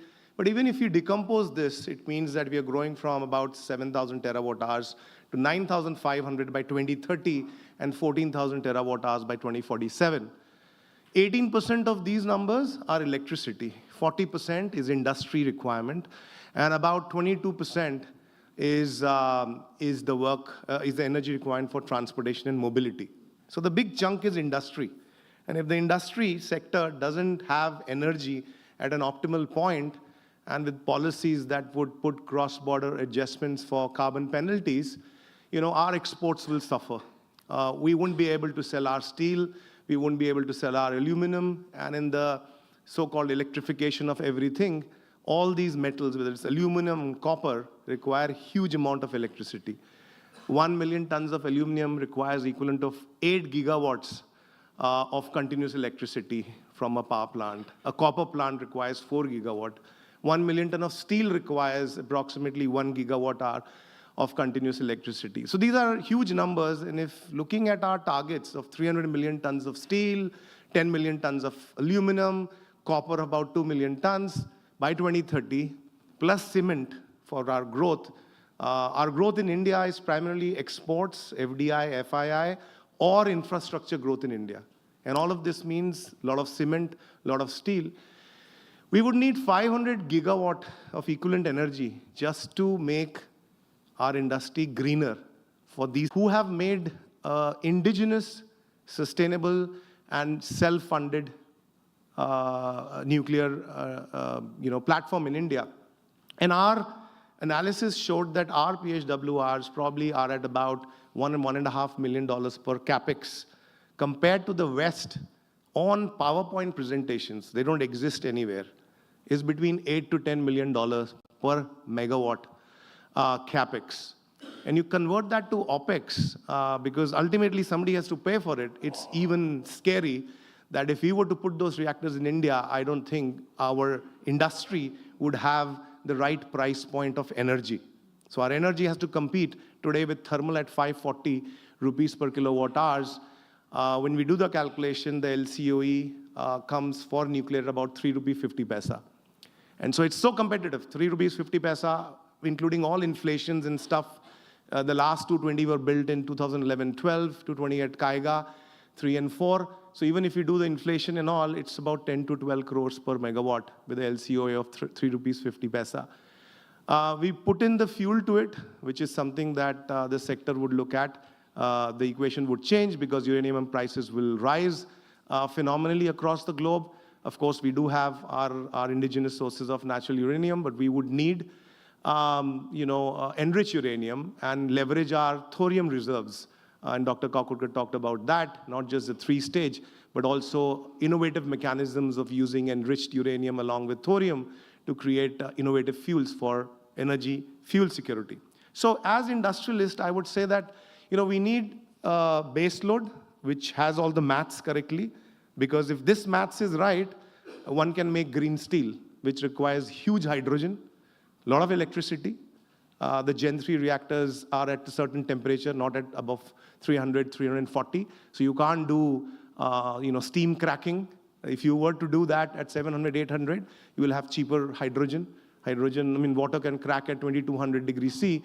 We can't do that. Huge energy impact. So about 700, 800. So the how part is we need this with the right maths.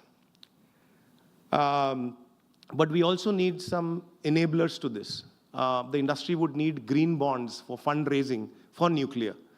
The challenge comes on the whole aspect of nuclear liability.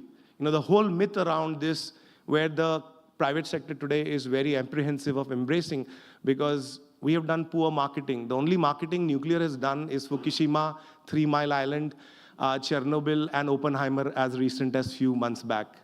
We probably need some positive success stories. And while they exist, unfortunately, the youngsters or the policymakers only talk about this. And unfortunately, our boards also cite only Chernobyl's 3 Mile Islands and Fukushima. We need a lot of positive stories. We need to remove this mystery and myth around nuclear being something which cannot be touched. I think it is the cleanest and the most promising energy on the planet today. Everything else is a lot of good thought process, but it's not viable. It's not usable for industry to be competitive. And the whole transition we are talking about cannot be a CSR activity. Somebody has to fund it. You cannot capture carbon and put it down unless the government pays for it, but it's of no use. So if you capture carbon, unless you figure out creating graphene out of it to replace all the byproducts of the hydrocarbon industry today, whether it is plastics, whether it is the road-lowing charcoal, all of these were the waste of hydrocarbon, which they found a solution. Now we need to change all of that. One of the distinguished speakers spoke about that. If we were to capture carbon, either we convert that into some methanol or SAF with very cheap hydrogen, which will come through maybe small reactors. But if we can convert that carbon into graphene, which can replace plastic, road materials, silicon can be replaced by graphene-based semiconductor approaches, and so on and so forth, then carbon can be utilized. Otherwise, carbon will remain in its shape and form. And CCU and CCUS, both, particularly the S part, is a Western concept. We will never have an ROI in India. Finally, I'll say that the enablers to make this happen would be required by the policymakers. Before the colors of hydrogen has already created controversies within the hydrogen community, the last thing we want is subsidies and penalties through either green approaches or clean approaches becomes a debate. I think nuclear must be categorized in the same way as green sources are being categorized. The Sustainable Aviation Fuel already says only bio-based SAF will be allowed. But we need food, not fuel. And if you convert all the bios and corn and vegetable oil to SAF, that's not the right thing to do. So you need to look at maybe CO2 capture and conversion to SAF through building up with hydrogen, Fischer-Tropsch process, and so on and so forth, which are proven technologies.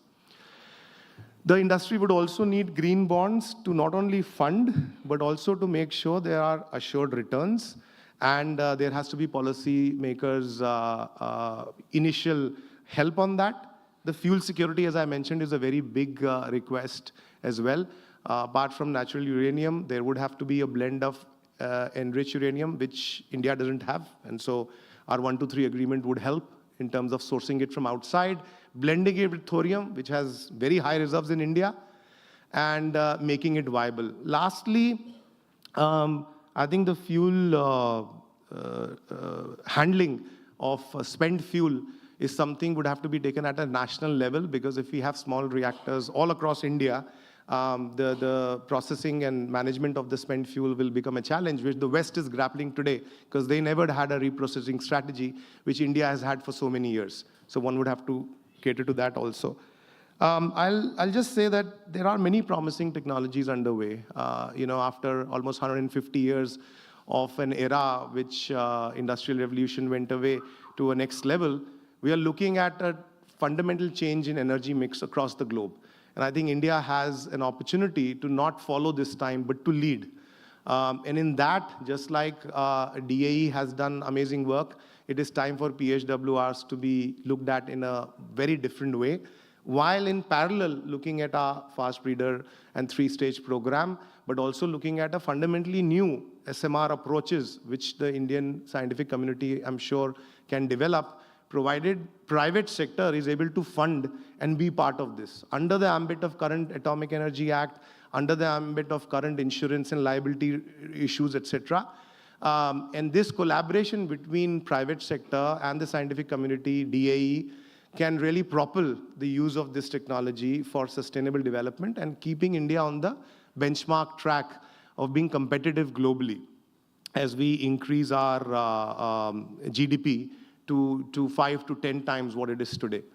Finally, I'll say this book, I'm sure, will highlight to many learned people, and I hope to also people who are curious, because it's the curious minds that change the nation, that change the way science helps change humanity and its purpose.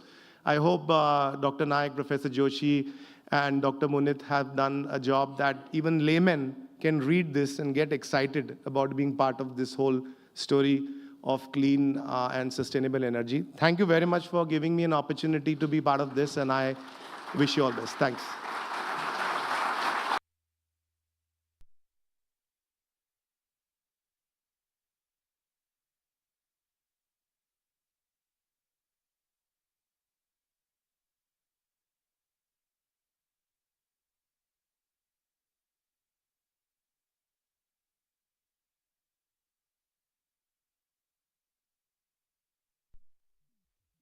और positive stories चाहिए और वो positive stories संभव हैं sir, क्योंकि हम देख रहे हैं प्रथम पंक्ति में विराजमान हैं हमारे vision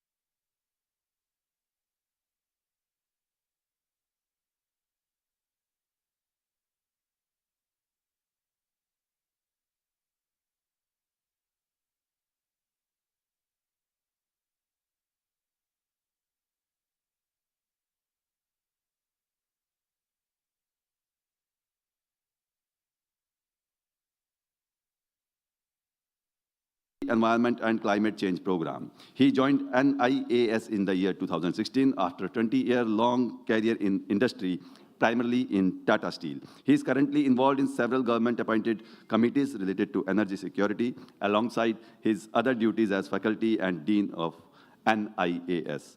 Let us welcome with a huge round of applause Professor R. Shrikant ji on the dais. And I would also request Professor J.B. Joshi ji to please come on the dais to present a plant sapling to Professor R. Shrikant ji.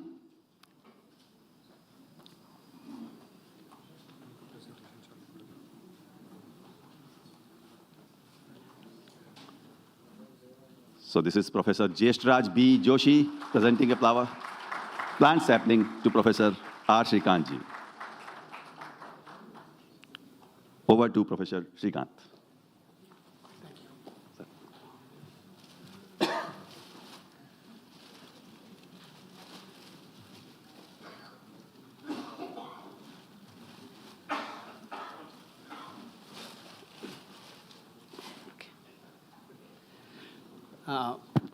First of all, I must say it's a very distinct honor for me to basically speak even a few minutes in front of Dr. Kakodkar, sir. I'm really honored. And so it's a great privilege to basically speak on atomic energy, on which I know much later, maybe. But one thing what I know is that I'm a person in a hurry. And what I liked in your talk is cheap, action. So what I really want to say is, how do we act? And I think in this audience, nobody needs to say why nuclear energy is required. Everybody knows nuclear energy is required, but the whole issue is, why is it not happening? At least I want to give some of my thoughts on that. And some of what I feel, what actions can be taken by some of the people in this distinguished audience on how to make it happen.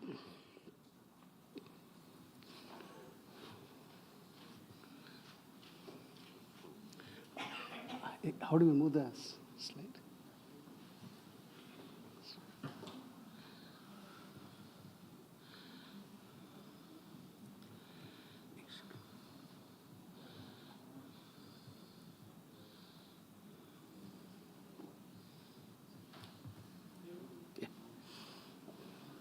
So I think this is basically a given. I think that's already been spoken. Mr. Amit Sharma spoke about what is, the Tata's Jamshedji's vision.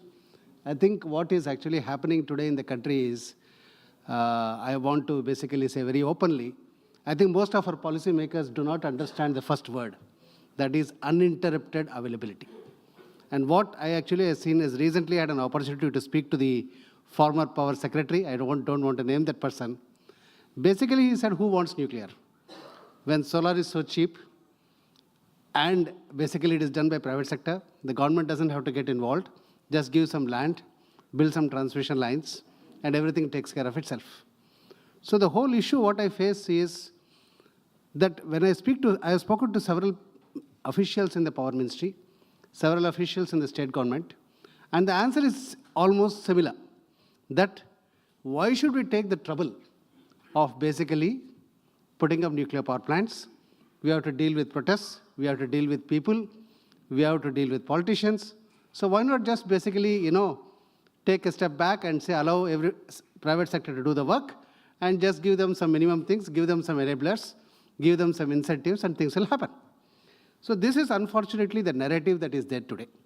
And I think what I would actually request this distinguished audience is to look about how to change this narrative.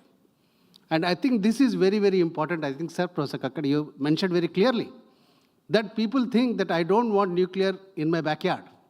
Question is why?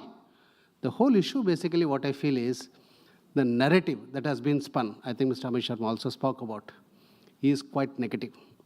And when we basically go and we are working with, I am happy to say, with a very visionary company, Jindal Group, JSPL, they want to decarbonize the sector. They want to basically be the first to basically have a carbon-free steel. It's a very noble initiative. But the question basically is, to put up a nuclear power plant, you also need government support. There is no way that you can do any nuclear power plant, be it set up by NPCL or be it set up by anybody. You cannot do it without public support, without government support. And what really is happening is that when you go to the bureaucrats, the top bureaucrats in the state or in the country, this question comes, why should you put it up here? And I think this is the key bottleneck that we are facing today. And this perception battle cannot be won by government alone. This cannot be won by DIE alone. But DIE can be a huge enabler for that, and let me explain how. So one thing is, yes, in US, for example, the data is very clear. 47% of the clean energy last year was produced by nuclear. But what we are really seeing is nuclear power with 7480 megawatt after Cap 3 is only 1.7% of total power generation capacity. And the sad thing is it is only 3.5% of the coal-based capacity. And this I'm including only utilities. I'm not including industries, the steel industry, the aluminum industry, the copper industry, cement industry have huge captive power plants. And today I think our captive power generation capacity is of the order of 60 gigawatt, which is 8 times that of nuclear. So the whole question basically is, this is, I would say, a challenge. But if I look at it the other way, it's also an opportunity for the nuclear power sector and everybody associated with the nuclear power sector. So I'd put it the positive way. How do we basically utilize this opportunity? How do we grab this opportunity and go ahead at full speed rather than having another seminar about it?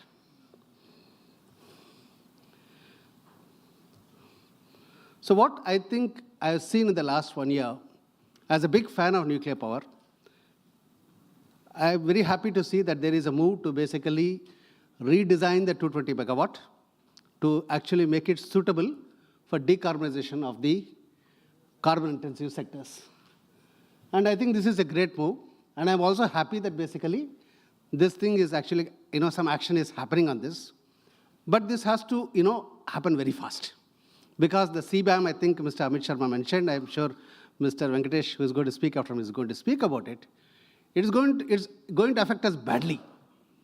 And the whole question basically is, if we basically dilly-dally on this, we are actually going to subject our prime, we are the second largest steel producer in the world.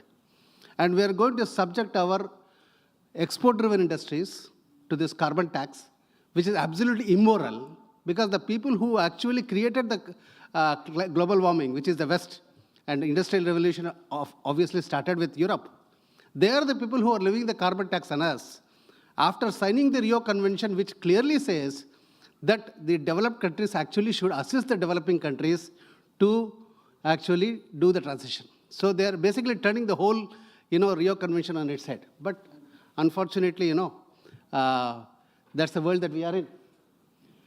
Another opportunity that I feel that is there with us is, particularly after the G20 summit, is I strongly feel the way that we have become the second largest steel producer in the world. With our skilled manpower, we have an opportunity to become a global hub for manufacture of SMRs. And this, I think Dr. Kakodkar mentioned, for every reactor people make and install in the country, they export. The whole question is, why can't we do it? And today what is happening is, I think the figures have been mentioned. I don't think US or anywhere in Europe, except probably Czechoslovakia or Poland, people are capable of making nuclear reactors at the speed and scale that is required as per to counter climate change. They all signed the tripling of capacity, etc. They all signed this pledges in COP28. I don't think they have the manufacturing capacity to do it. They don't have the people to do it. They don't have enough welders. They don't have enough machinists. They don't have enough people, skilled people, who can put their hands on the job and do it. With the 1.4 billion population, with such a large engineering task for engineering strength, is a golden opportunity for us. But what is important is, we need to open ourselves. We need to basically look at it as an opportunity rather than as a threat that this is going to come and basically come to India. We should look at it as an opportunity. So now, why is it so important? What is important is, I think just 2 days back it has come in the paper that Government of India has now increased its targeted peak demand to 384 gigawatt. Now what does it really mean? It really means that they want to expedite the coal-based power plants. And we know very well that basically last couple of months back, or I think in November, just 2 days before COP28, the Power Minister announced that he has directed all the state government, central government power companies to immediately start actually expanding the coal-based power plants, to demolish the old colonies and all that are there, and put up coal-based power plants. And that is already happening. Orders are now flowing. People who are going to shut down their shops are now getting orders. So the whole issue, what we also have is, this is the age profile of our thermal power plants. So you can see here, there's a huge number, greater than 25 years as of today, and less than 500 megawatt. These are all the inefficient power plants. There are 158 power plants which are already units, already 25 years, more than 25 years old. And what has happened now, because we do not have enough clean base load, the government has declared, has actually almost prohibited people from shutting down their inefficient thermal power plants and say, no, we need to run these inefficient polluting power plants because we need energy. This is the state we are in today. And if this continues for a long, we have actually predicted that basically our carbon emissions are continuously going to grow till 2040. So this is the reality. So that's why there is a huge opportunity for the existing and brownfield sites to be repurposed for SMRs, for a coal to nuclear transition. We have done a study in IAS. We have found that there is enough place for 40 gigawatt of capacity using SMRs. Now there are other sites, basically, we have also found now, which are not fit for conventional plants. Obviously, I think Professor Kakkad mentioned, Mr. Bajaj is here, that a conventional nuclear power plant will require tremendous site constraints. So therefore, where are such sites in India? We all know, I think Dr. Kakodkar also mentioned, sites are very few. And we are doing this work concurrently for conventional nuclear power plant site selection as well. And obviously, the criteria of exclusion zone, emergency planning zone, and fault criteria of no active fault within 5 kilometers, these are all realistic criteria that are required for a conventional power plant. But I think Mr. Bajaj mentioned, are they required for a 220 megawatt reactor, particularly with the redesign to make it safer? I think you answered the question saying, yes, this should be relooked. But what I only humbly request DIE is, please do the relook immediately. Don't delay it. The reason I'm saying that is, if these things are done, we can actually start talking about how do we decarbonize our power sector, including industrial power. This I have included in this slide. On the left, 3/4 of the power used in electricity used in India is coming from coal. This is including industries because people, aluminum steel industries have got huge number of subcritical small units, 125 megawatt, 120 megawatt. They are all highly carbon intensive. They don't have the economies of scale, but the industrial process demands that. So therefore, if you want them to replace that power with clean power, they also have to have nuclear power units in the same scale so that it gives them reliability. When one unit is down, they can always get another unit. So there is important. Now, this I'm showing 74% last year. This year, it may be nearly 80%, because till January, coal-based generation in India has increased by 10% compared to last year. 10%. Now the whole question is, rather than basically controlling our emissions, we are on the opposite path, that we are going to increase our emissions. But whole question, obviously, I think the ministers in the India Energy Week have made it very clear. Decarbonization cannot be at the expense of development. I think that is something that has come out very clearly. But now the question is, as responsible people, we have to see how we can actually meet both these challenges. So therefore, what I feel is that if we are able to get these small reactors, the 220 megawatt to start with, to actually announce the guidelines that yes, for the 220 megawatt with redesigned safety features, if you are able to say that yes, the probability of risk is almost zero, even at 0.5 kilometer. So I think this should now, the confidence that I think by this time the regulators and DAEs has. It was mentioned something like, we had our first 220 started in 1984. That is when I passed out from college. So we have got 40 years of experience of 220 megawatt. There is so much, millions of hours of operating data, millions of hours of radiation data. So if all that can be put to use, and if you are able to announce the guidelines, that yes, this will be the site, that we are going to have large number of industrial sites. Now those industrial sites have got water, they have got land, they got, most important, the electricity grid. But the whole question is, what do we do with that site? Do we just knock it off and put it for solar? I think that's a waste of land. We are a land-starved country. That is the place where you should put nuclear. But obviously, when you want to put nuclear inside the thermal power plants, which are maybe closed down or getting to be closed down, you need to have different style of SMRs, not the 220. And I'm happy to know that basically I understand both from Dr. Kakodkar as well as Dr. Nayak, that such reactors are being developed. What I'm only saying is, our needs are so high. We have got 240 gigawatt of coal-based capacity in utilities, another 50 gigawatt of coal-based capacity with industries. My only suggestion is, this cannot be done by government alone. This cannot be done in this, and I think this is something that I want to put this is the elephant in the room. That if we want this thing to happen, if we want nuclear power to be the preferred source of energy in our country, I think we need to get the private sector involved. In what way, form, I leave it to all the distinguished people here, but I am very firm fan of that. I have worked in public sector, I have worked in private sector. I have tremendous respect for people in the DIE and particularly in NPCL. I have seen their operational excellence. But the whole question we all know, what we need in terms of project implementation. We know how to do, but how to make it happen within a certain time, within a certain cost.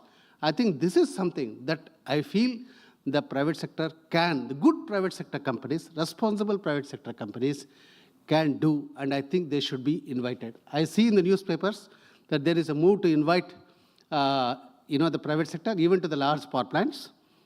But I hope that basically that the whole question is, Mr. Sharma, who is not here, he said, it should be done within the Atomic Energy Act, within the Liability Act, within this. The whole question is, I think that's what he mentioned, even the boards of the private sector companies, they are not going to be so benign. Because the boards also have independent directors, and many of these big companies have got very, very independent directors, not merely independent in name. And they ask questions. And those questions will resolve around these issues, particularly liability. So therefore, the whole question is, how do we solve that problem? We have got tremendous experience. How do we utilize that experience for the benefit of the people by reducing the cost of making a reactor, by reducing the time required to make a reactor? I think this is something I actually do feel is very important. And last but not least, that I would say that the performance of Nuclear Power Corporation, all the civilian reactors, I just saw the AERB has released its annual report of 2022, 1 week back. And in that, you've got the annual radiation levels at various nuclear power plants. And it's really astounding to see that our radiation levels at 1.6 kilometers are a fraction. If I look at a coal-based power plant, I can hardly see any coal-based power plant where the PM levels are a fraction of the statutory limit. Here you are a fraction of the statutory limit. But the whole question is, it is a well-guarded secret. It's a well-guarded secret because there is no narrative. We need to, spin this good news, and I think it was mentioned. We need to basically get more data out in the public domain, and that is where what I feel that it should actually be propagated, and that AERB has to release that data. It's the regulator, an independent body, highly respected body. I think the more frequent you release the data, this is all good news, let people know. And I think that is required to change the narrative so that investors, be it in the private sector, be it in the public sector, they can go out to state governments and say, look at the data, released by an independent regulator. See how safe it is. Do this. So therefore, I think this sort of ammunition is required for people to go and convince the policymakers, go and convince the media, go and convince the judiciary and the public at large. The nuclear power is required, and rather if we don't do it, we are doomed. So I think this is already mentioned, so I don't want to green bonds, etc. So one more thing which is very surprising is that look at Government of India. Look at solar, intermittent energy. You are putting a transmission line costing thousands of crores, which is going to take power only for 8 hours of the time. 16 hours, that line is not going to take power. So there's huge investment going on in transmission lines. So therefore, but all that investment is there, but solar and wind are exempted from interstate transmission charges. Now, why is that interstate transmission charge exemption not provided to nuclear power? It really beats me. Because this is clean power, this is firm power, and the investment in the transmission line is going to be utilized 24 hours of the day, 365 days of the year, not only when the sun shines or the wind blows. There is no lobby for nuclear power today. If there were a lobby for nuclear power, this thing would be a no-brainer by now. And why that's important is, Eastern India, where we have got most of these carbon-intensive industries, may not have suitable sites for nuclear power. You may have to source nuclear power from other parts of India. But if they have to pay 50 paisa, 75 paisa per unit to Power Grid Corporation for transmitting that power, it is just going to make them uneconomical. So this needs to be done. And I think if we allow this sort of benefits, I think the boards of the private sector companies will see this differently. And last but not the least, I would say, every private sector company I have spoken to say, they are very happy with NPCL operating everything. They are only saying, allow us to put the money, allow us to execute the project, and allow us to earn our return. I think that's what they want. So I think it's a great synergy if we grab it with both hands, and I request all the honorable guests here. And I would actually thank all the authors, Professor Joshi, Dr. Nayak, yourself, sir, for inviting me to give this opportunity, to give this talk in front of Dr. Esteemed, Dr. Kakodkar, and all the great dignitaries like Professor Grover, who has been my guru in nuclear power. So I don't have any words to express my respects for all of you.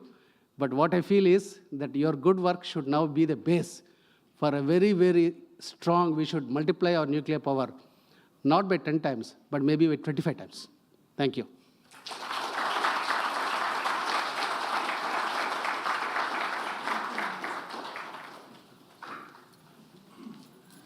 This was Professor Srikanth, Dean NIS. Sir, you are very much right in putting the thought that we need more action rather than words. Thank you very much, sir, for your thoughtful vision. वैज्ञानिक हो या आम आदमी, आज की दुनिया में हम सुबह उठ के पहले भगवान को नमस्कार नहीं करते. सबसे पहले हम जो चीज़ को हाथ में लेते हैं वो होता है मोबाइल. हम सुबह मोबाइल लेते हैं, कहीं भी जाते हैं तो मोबाइल के साथ ही जाते हैं. हम अर्धांगी को साथ में ले या नहीं ले, लेकिन मोबाइल ज़रूर साथ में रखते हैं. मैंने भी सुबह यहाँ फ़ोन किया ऑडिटोरियम के मैनेजर को पूछने के लिए कि यहाँ पे नेटवर्क है क्या मोबाइल का. उन्होंने मुझे कहा, मैडम बाकी सबका तो पता नहीं, लेकिन जियो का तो है. जियो, जिसने हमको जियो जी भर के जीना सिखाया.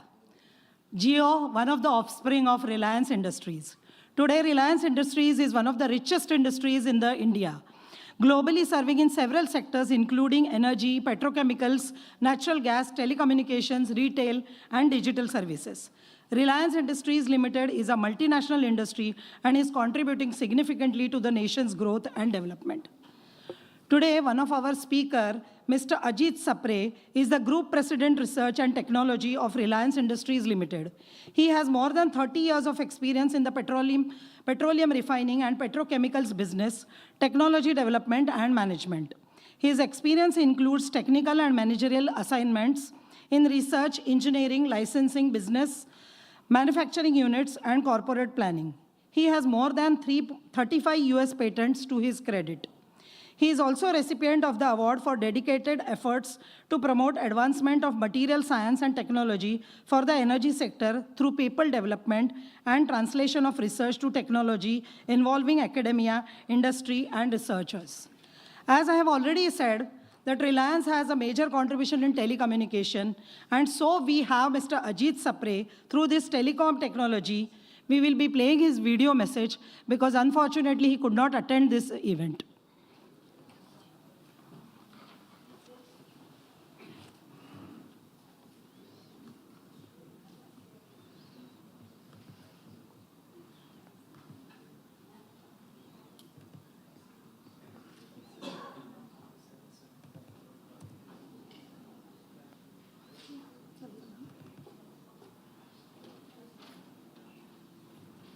Thank you very much, Professor Joshi, for giving me an opportunity to give my perspective on climate change and energy transition to this august audience.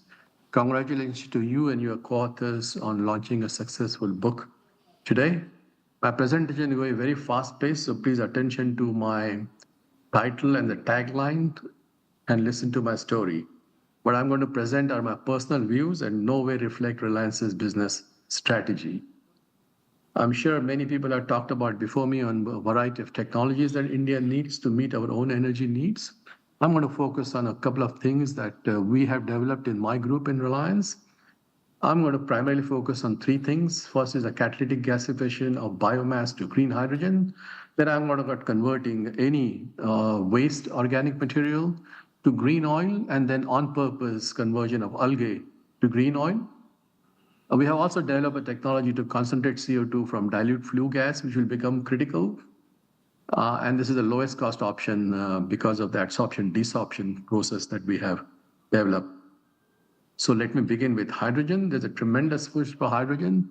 In my mind, hydrogen will be critical to difficult to decarbonize industries such as steel and cement. Obviously, it will reduce India's energy import.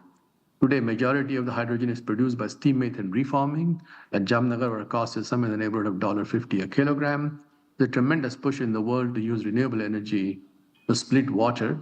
The cost of that green hydrogen is somewhere in the neighborhood of $3.50 to $5 a ton.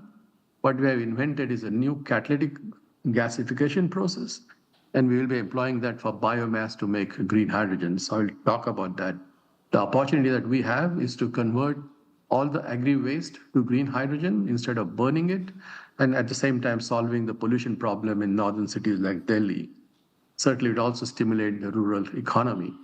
What we have done is we have invented a novel migratory catalysis, a catalytic system that we can use in a dual fluid bed reactor, pictorially depicted on the top right part of the chart. The endothermic reaction of gasification is provided by burning the coke on the catalyst, and that catalyst is circulated between the two beds. The coke on the catalyst is burned by using air, and this is a significant difference compared to many thermal gasifiers. And this results in an overall capex and opex to be lower by almost 40%, also because of the fact that our gasifiers runs at a much lower temperature, say for example, 750 degrees centigrade. More importantly, when you're gasifying biomass, the catalyst converts the tar into a product, so there is no tar formation at all. This is a significant breakthrough technology development, and this same technology can be actually used to gasify much, much cheaply the Indian high ash coals as well. But our near-term opportunity, and we are scaling up this process from a pilot plant to a large demo at Jamnagar. So cost of production of a green hydrogen is one thing, but the ultimate cost delivered to the customer depends upon storage and transport, and that could add as much as $2 to $4 a kilogram. So let's look at what are the excellent characteristics of a great energy source. It needs to be uninterrupted. It needs to be 24/7 available. Portability and ability to be stored and used at will, and most essentially high energy volumetric energy density from the perspective of cost of storage and transport. As all of us know, solar and wind is too dilute, it's not available 24/7. And for us to provide a reliable energy for 24/7, it needs a very large scale, long duration energy storage, which I'll talk about a little later. The world has been moving from a low energy density fuels like wood to, say, example, crude oil. And if you look at on a volumetric basis, the green oil I'll be talking about is the same as the crude oil in terms of energy density, significantly higher than hydrogen and liquefied natural gas and other things. Certainly, renewable energy is increasing worldwide at a tremendous rate. But if you look at the last 40 years of investments in renewable energy, say that solar and wind versus, say, nuclear, for about the same amount of investment, nuclear has produced twice as much as electricity, primarily because of intermittency need and the storage needs. So let me talk about green oil. I can make green oil from any waste, for example, municipal solid waste. And in the Indian cities, the municipal solid waste is growing rapidly. We are one of the top countries in generating municipal solid waste, and this will continue to increase.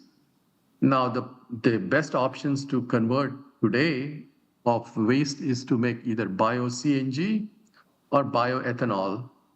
Certainly, landfill is not preferred. What I'm going to propose is that we can convert instead to a green oil, which I will describe in the next couple of charts.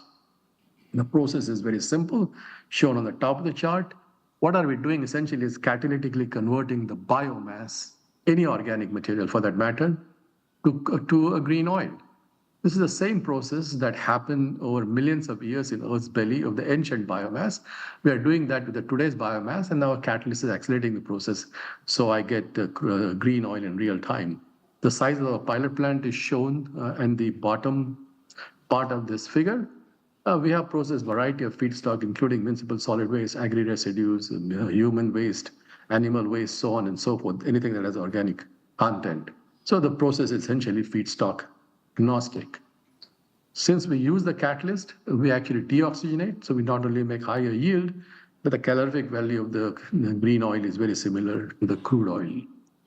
Now, if in terms of economics, if you look at the wet feeds, for example, we're comparing here RCAT HTL, our catalytic hydrothermal liquefaction technology, to bio-CNG, a currently more prevalent option. I can make the green oil today with the tipping fees available on municipal solid waste in India at about $32 a barrel. And so that is significantly cheaper than the crude oil we buy. If you look at the energy content that I recover of the feed to these processes, is more than 70%, which is highest, much more than the bio-CNG. We make significant amount of low quality fertilizer. If you look at our capex is also lower, and furthermore, our payback period is significantly lower.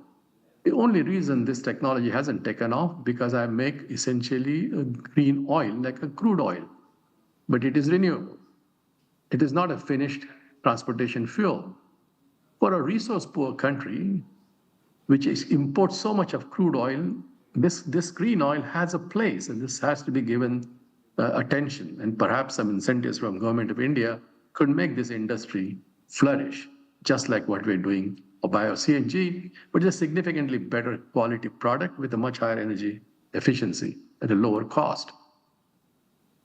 Now, if you consider the worldwide amount of carbon we consume, it is 20 times more than the food we eat and 10 times more than the water we drink. So obviously, if you want to make green oil, one can think about making it an on-purpose biomass, and this is what exactly we have done. We use algae, and we consume CO2. With sunlight, we convert that to essentially algal biomass. That algal biomass then can be converted with the hydrothermal liquefaction which I spoke of to a green oil. We have de-risked every piece of this technology at our facility in Gagwa near Jamnagar on a 60-acre facility. I'm quite confident at commercial scale, green oil cost will be somewhere in the neighborhood of $150 a barrel oil without any subsidy or CO2 credit. With the subsidies available in the US and Europe, the cost will be half of that, say around $70 a barrel. Now, one of the reasons we are quite confident about making this green oil at cost that I'm talking about is because of our understanding of photosynthesis. So it's not only that we predict our own data, but what I'm showing here on the top left chart are the data of Israeli group. And you can see lines are our model prediction of their data, and the data are the dots. Now, what it really allows us to do is to design very cost-effective ponds and also run them at a lowest possible cost. The most important finding came out of this work, which is very non-intuitive, is that if you cover part of the ponds, the actual algal productivity goes up, and we have demonstrated that at our Gagwa facility.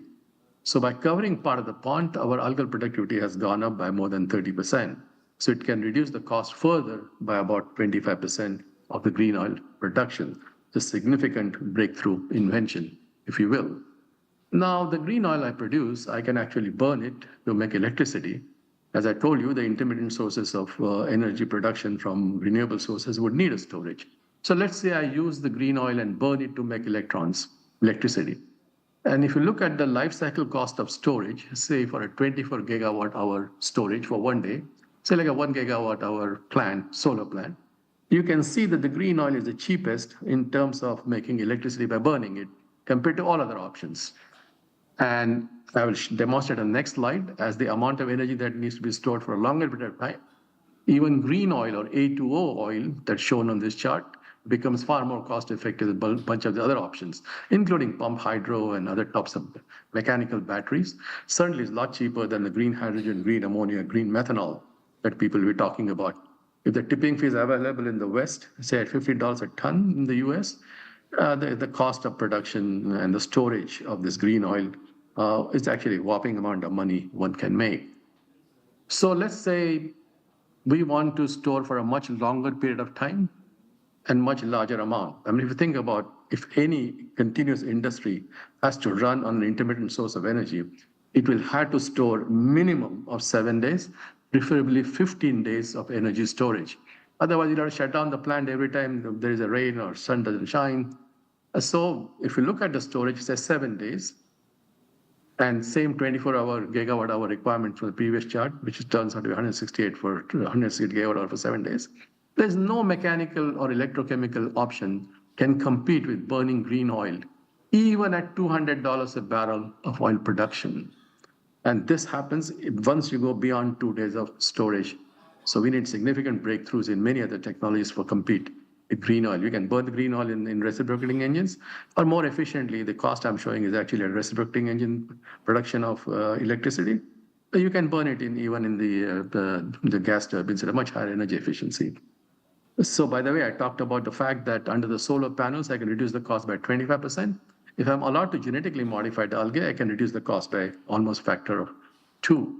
Certainly using CRISPR technology, we have been modifying various algal species, and we can make essentially anything. We can make green oil, we can make biomaterials, which are shown here. In the near term, we're actually going to make certain proteins in order to meet the nutritional needs of India. So anyway, this is when the climate change becomes a serious issue, the food production will be affected, so will be the water. And so we'll have to start paying attention to photosynthesis. So if you think about ultimate sustainability, what is it? Without the large-scale nuclear energy deployment, humanity must live within the photosynthetic energy budget of the current biological cycle.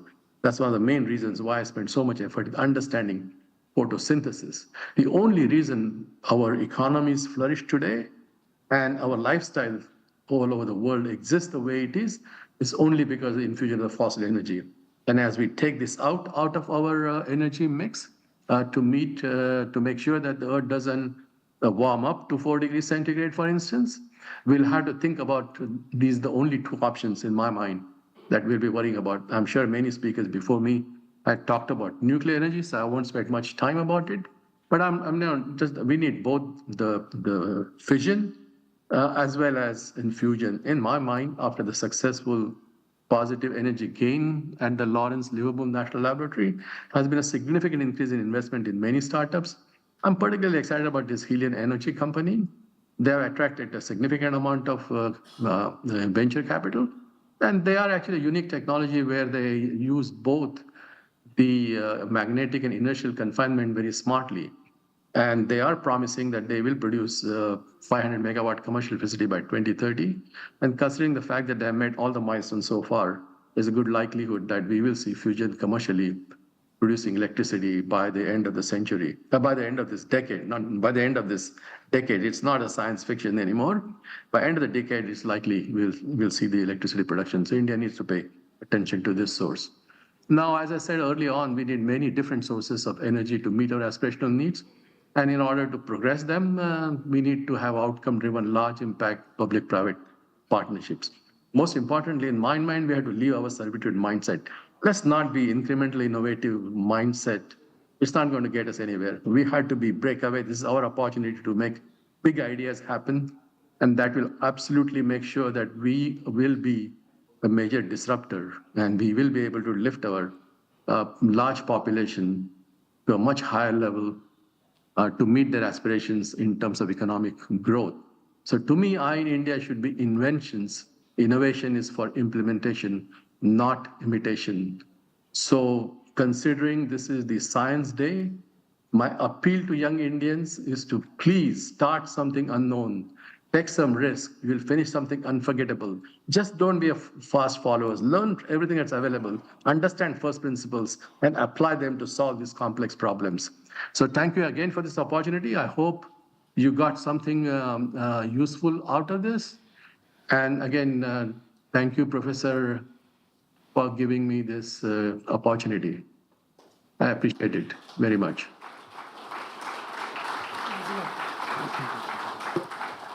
This was Mr. Ajit Sapre from Reliance Industries Limited. Our next speaker in the list is Professor R.R. Sonde from IIT Delhi. He had actually started from Abu Dhabi, especially to attend this program, but he could not make it because of the flight delay. Sir, we sincerely appreciate your efforts. हम विज्ञान की बातें कर रहे हैं और विज्ञान हमेशा हमें आगे तरक्की की ओर लेके जाता है. मैंने हमेशा सोचा है कि विज्ञान तभी इतना प्रगत नहीं था जब मैं छोटी थी. मेरे बचपन में यूट्यूब वगैरह नहीं था, तो हम टीवी देखते थे और टीवी में हम विज्ञापन भी बहुत चाव से देखते थे. और एक विज्ञापन मुझे बहुत आकर्षित करता था, जो एक ऐसे स्ट्रॉन्ग सा आदमी आता था और बोलता था, जिंदाल स्टील सिर्फ नाम ही काफ़ी है. एंड हकीकत में जिंदाल स्टील सिर्फ नाम ही काफ़ी है. फिर भी मैं उसके बारे में बताना चाहूँगी. Jindal Steel and Power is a prominent Indian industry that contributes significantly to the nation's growth and progress.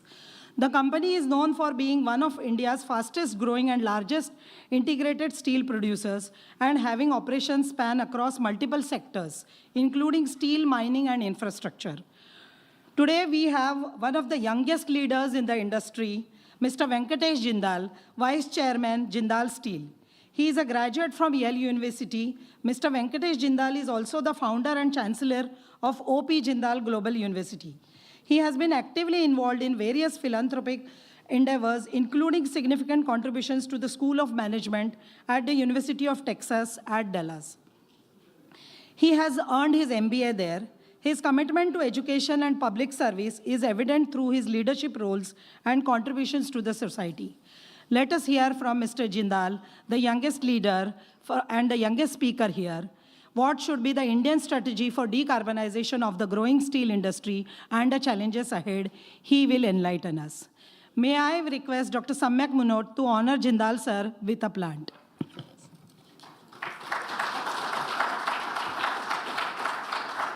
Sir, welcome.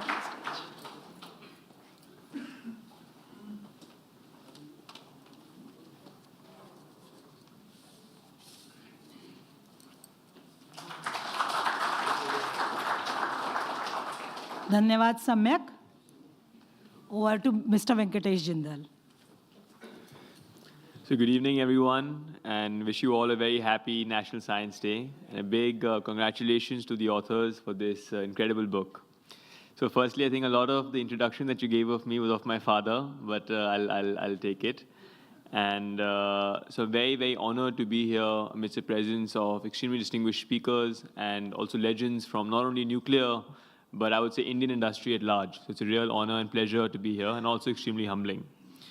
I know we're already well over time, so I'm going to try and keep this short and sweet and not touch upon the things which have already been spoken about by speakers before me. But the first thing that I want to say is I personally am extremely bullish on nuclear energy. Jindal Group is extremely bullish on nuclear energy, and I truly believe that nuclear is the future for us, not only to decarbonize the electricity grid, but also decarbonize Indian industry at large. Because the biggest mistake that we as an industry can make, we as a country can make, is to industrialize on fossil fuels. We're making the same mistake, or we're basically investing in the past. The whole benefit we have is the ability to industrialize and invest in technologies that prepare our country, our industry for the future. And green energy and nuclear can play a very, very big role in that. So that would be my first point. The second point is, when you think about steel, there are there are a few things that India is number 2 at. Steel is one of them. India is the world's second largest producer of steel. And steel in India today contributes approximately 2% of the country's GDP, but 14% of the country's emissions. When we think about steel on a global scale, steel contributes around 7 to 8% of global CO2 emissions. And steel can be completely decarbonized using green hydrogen and green electricity. And the answer there again is not solar or wind, because it's completely intermittent, but some kind of round-the-clock green energy solution. And in India, to my mind, the best answer for that, again, is nuclear.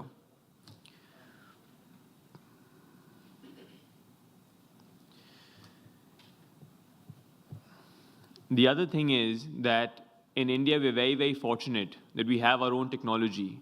The 220 megawatt reactor is highly proven. It's been running for many, many decades now. And it's also extremely efficient, both in terms of CapEx and OpEx. So it's extremely important we promote this technology and we leverage the huge expertise and experience we have of it by putting many, many more such reactors in the country. And there I think it's very important for the private and public sector to come together and make it happen. I don't know exactly what policies have to be changed to make this possible, but whatever we can do in the private sector to work with the government closely and make this a reality, we'd be very happy to work together with them on that. There are many countries around the world, like France, which has shown us that nuclear can play a very large role. I believe the France electricity grid is approximately 80% or 70% based on nuclear energy. India perhaps can't go to 70 or 80%, but even if we achieve 20%, I think that 20% itself would be a big, big boost to where we are currently. The final thing I want to say before I end this short speech is like Professor Srikanth had said, that it's enough talk. We can't keep talking about nuclear. We have to do something to actually walk the talk. So therefore, in front of all of you, I want to commit and promise to you that hopefully by working closely with the government, closely with DAE, closely with NPCIL, this time next year, instead of having a talk, we could be doing the groundbreaking of Jindal's first. Do the groundbreaking of Jindal's first 2 into 220 megawatt nuclear reactors. And for that, we don't need any funding support. We don't need any green bond. All we need is a government support at a policy level, NPCIL support to move things and make them happen, and DAE's blessings to also do the same thing. So I really hope and pray that next year, this time, we will be doing the groundbreaking of Jindal's first nuclear reactors in India. Thank you very much.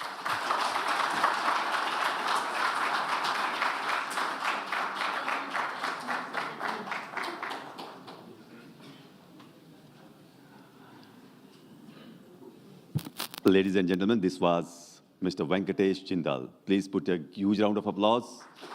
Put your hands together for the youngest leader with a lot of vision and a lot of aspiration. They may come true one day, of course. And as we have heard from the youngest person here, a youngest leader here, and we know the youth are the future of our country. So Now it's time to go ahead with the youth. Yes, I'm talking about the burden, the responsibilities and shouldered on the youth. We have the next speaker from the Youth Society only. Before I invite him on the dais, let me tell you that the future of India lies with the youth. And today, the organizers have put two major burdens on the shoulder of the young. One, the biggest problem of climate change, which threats the survival of the habitats on the earth. And second, the transformation of India to a developed nation, I mean. So let us hear from Dr. Nitendra Singh, the president of Indian Youth Nuclear Society. And he's going to tell us what the youth feels and what are their plans. Dr. Singh is a PhD in nuclear science, nuclear engineering from HBNI, and has been working at ITER, France, in the field of nuclear fission. Let us welcome Dr. Nitendra Singh with a huge round of applause. Sir, please come on the dais. And I would request Professor J.B. Joshi ji to please come on the dais to honor Dr. Nitendra Singh. We would like to welcome you with the plant sapling, the tradition of India, to welcome our guest. And we have among us Professor J.B. Joshi ji to present you a plant sapling. So this is Professor J.B. Joshi presenting plant sapling to Dr. Nitendra Singh. Now over to Dr. Nitendra Singh from the field of nuclear fusion. I think Venkatesh has already set the floor.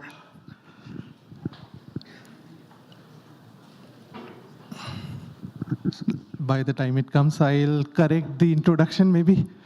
I mean, in this density, brain density, the introduction is a bit different. I would put it in this way. In front of me, who all people are, they all are my gurus. And to give you the scale of my gurus, if Professor M.M. Sharma is Pitama Bhishma, then I'm Abhimanyu, to begin with. So this is where I am. As I'm here, and you can imagine, my presence itself defines why I'm here, because this book by my PhD guru, Dr. Nayak, by my spiritual guru, Dr. Joshi, and Dr. Sam, my buddy, contains a big aspect of role of youth in nuclear industry, in Indian nuclear industry, as well as the expectations what we have. So I'll try to keep a couple of points, not to go beyond on this topic. Sorry. Yeah. So I think concerns has very much, this is one more thing I want to add before to go further. I am being groomed at DAE. Okay, so I am a naughty child of DAE. And I am in such a way groomed that you'll see my presentation goes more or less in line with Dr. Kakutkar sir's, but in on my way. So this has already been put by sir. Sorry.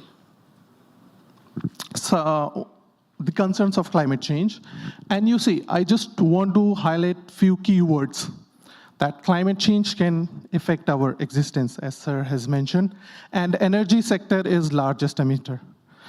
And as we present ourselves in COP28 recently in Dubai, you can see the actions toward decarbonization of energy sector is must, which we have already understood with the discussion so far. Understanding the scenario where we are living in. So in terms of population scenario or young India scenario we are living in, if you see, 66% of our country is young. Annually, we are producing 1.5 million engineering graduates. I'm still not counting for the science ones.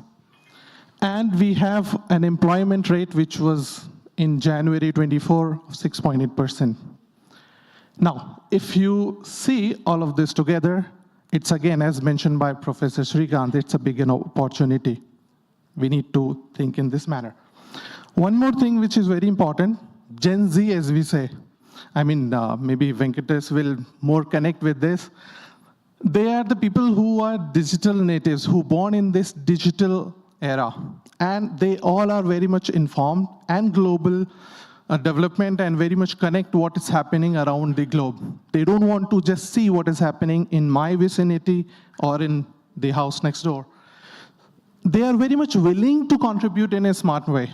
I mean, if you see, someone was mentioning that when we were there, we didn't have YouTube. But the kids today are born with more than ahead with AI. Forget about YouTube is the whole thing now. So they want to contribute to be the part of this technological excellence.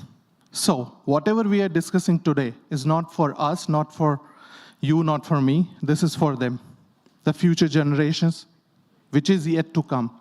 And they will judge us on our actions, on our decisions, and on our strategy of tackling this issue, the concern, the challenge which we see in our first slide. So that's what I want to address quickly. And this has already been mentioned. If we are looking for this dream of Viksit Bharat by 2047, sorry, that much is needed, and why, sir has already explained. Nuclear is clearly a solution, especially as mentioned by all the speakers, that decarbonizing the grid is required. It's the best baseload solution. And the important part is the last point, which sir has already mentioned and other speakers have mentioned, but maybe we have not acknowledged that India has its own proven competencies and capabilities to expand, not only nuclear. Nuclear is not something which is being driven by nuclear engineers only, but it is multidisciplinary. And we are one of the best. We are fueling our engineers to drive the global development, but still restricting somewhat in our own country. We need to revisit that. So that's what is the expectation youth has. And this will require a new approach or a model shift approach towards nuclear energy in New India, as we say.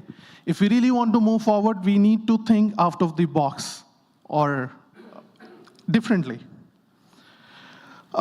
This was very much highlighted by Bajaj sir very nicely. We need immediate actions, of course. We need medium-term options. Here I want to highlight a big part of MMRs, which is micro modular reactor, which could have a specific applications in specific zones, and which will, its captive nature will help to, deploy at a faster rate. And long term, only two people actually spoke about fusion, but fusion is something which we cannot deny to see. It is not something new. It is in the existence since the beginning of fission itself. People have been exploring. People are now reaching to the results at industrial level as well. We need to identify the challenges, and for me, what I see, regulations and financing is one of the challenge. And I don't see India need to wait for that to overcome by the global or Western powers, and then we come to do it. I think we should start working and addressing that issue by itself. So India should not lag, clearly. And as everyone is saying, actions are better than words. I'm here to actually discuss the action. So the Indian Youth Nuclear Society is working on India's first microreactor. We are designing our own microreactor of 10 megawatt electric with the all safety features, all new technology, and with all youth support. And it will be an indigenous design, exactly in line what is needed to create a new India, as we say. Totally indigenous capacity, and as sir has mentioned, if we can make one, we can sell one. I want to say, if we can make one, we will sell 100. That's the youth perspective we want to know, we want to go. And why I am saying so? Because earlier era was more on you try and then build. Today is the era you try, you create a platform where you can simulate it further, and the deployability could be faster using new tools, new technology. So that's where we are. And we have a quick timeline. We are already working on this. By next year, we'll be ready with our concept design. And in 5-year timeline, I want to have a full prototype scale. And the different approach we want to have here is to involve regulatory since the beginning so that we can get guidance, get improvements right from the beginning.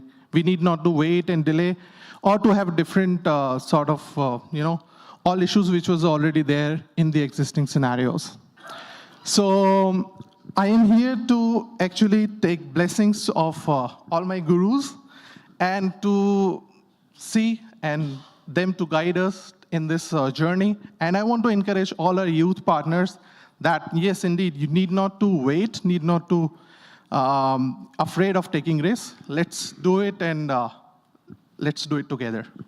Thank you.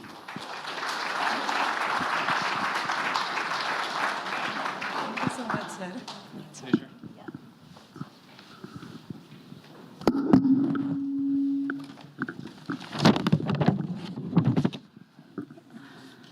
Wonderful. This was Dr. Nitendra Singh. Sir, you are very correct. हम हमेशा तोड़ने की बातें करते हैं, जोड़ने की बातें कम करते हैं, और आप तो फिजन नहीं फ्यूजन से आते हैं, तो आपके विचार बहुत सराहनीय है सर। पर मैं आपसे एक चीज़ के लिए सहमत नहीं हूँ। आपने स्वयं को अभिमन्यु संबोधित किया, पर आपने अपने विचारों से हमको चक्रव्यूह में डाल दिया है। You are indeed best representative for India youth. So the time has come now for the most awaited event, the book launch on the topic Climate Change, Clean Energy Transition, Energy Options and Relevance of Nuclear Power. Behold the unveiling of literary masterpiece that dwells deep into the pressing issue of our time, climate change, clean energy transition, energy options and relevance of nuclear power. Authored by eminent trio of Dr. Arun Kumar Nayak, Dr. Samyak Sanjay Munod, and Professor Jeshtaraj Bhalchandra Joshi. This book stands a beacon of knowledge and insight in the world grappling with the challenges of environmental degradation and sustainable energy transition. Join us on this enlightening journey as we navigate the complexities of climate change, clean energy transition, and the relevance of nuclear power. Let this book be the catalyst for change, inspiring visionaries to chart a course towards a more sustainable tomorrow. Mr. Prince, kindly welcome all the speakers on the stage. Yes, of course. May I request the authors first? Dr. Arun Kumar Nayak ji, Professor J.B. Joshi ji, and Dr. Samyak Sanjay Munod ji. On the dais, please. And requesting all the dignitaries also. Padma Shri, Padma Bhushan, Dr. Anil Kakodkar ji. Please come on the dais, sir. We are going to have the book unveiled. So requesting Dr. Kakodkar ji, Dr. Padma Shri, Dr. R.B. Grover ji, please आइएगा मंच पर.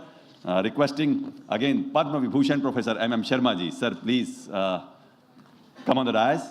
We would like to have your gracious presence. Shri S.S. Bajaj ji, कृपया मंच पर आइएगा sir. Dr. Sanjeev S. Katti ji, Professor Devang Khakkar ji, Professor R. Shrikant ji, Venkatesh Jindal ji has left, like I think he has to leave. Dr. Nitendra Singh, please be on the dais with us. So ladies and gentlemen, the book entitled Climate Change, Clean Energy Transitions, Energy Options and Relevance of Nuclear Power is going to be unveiled.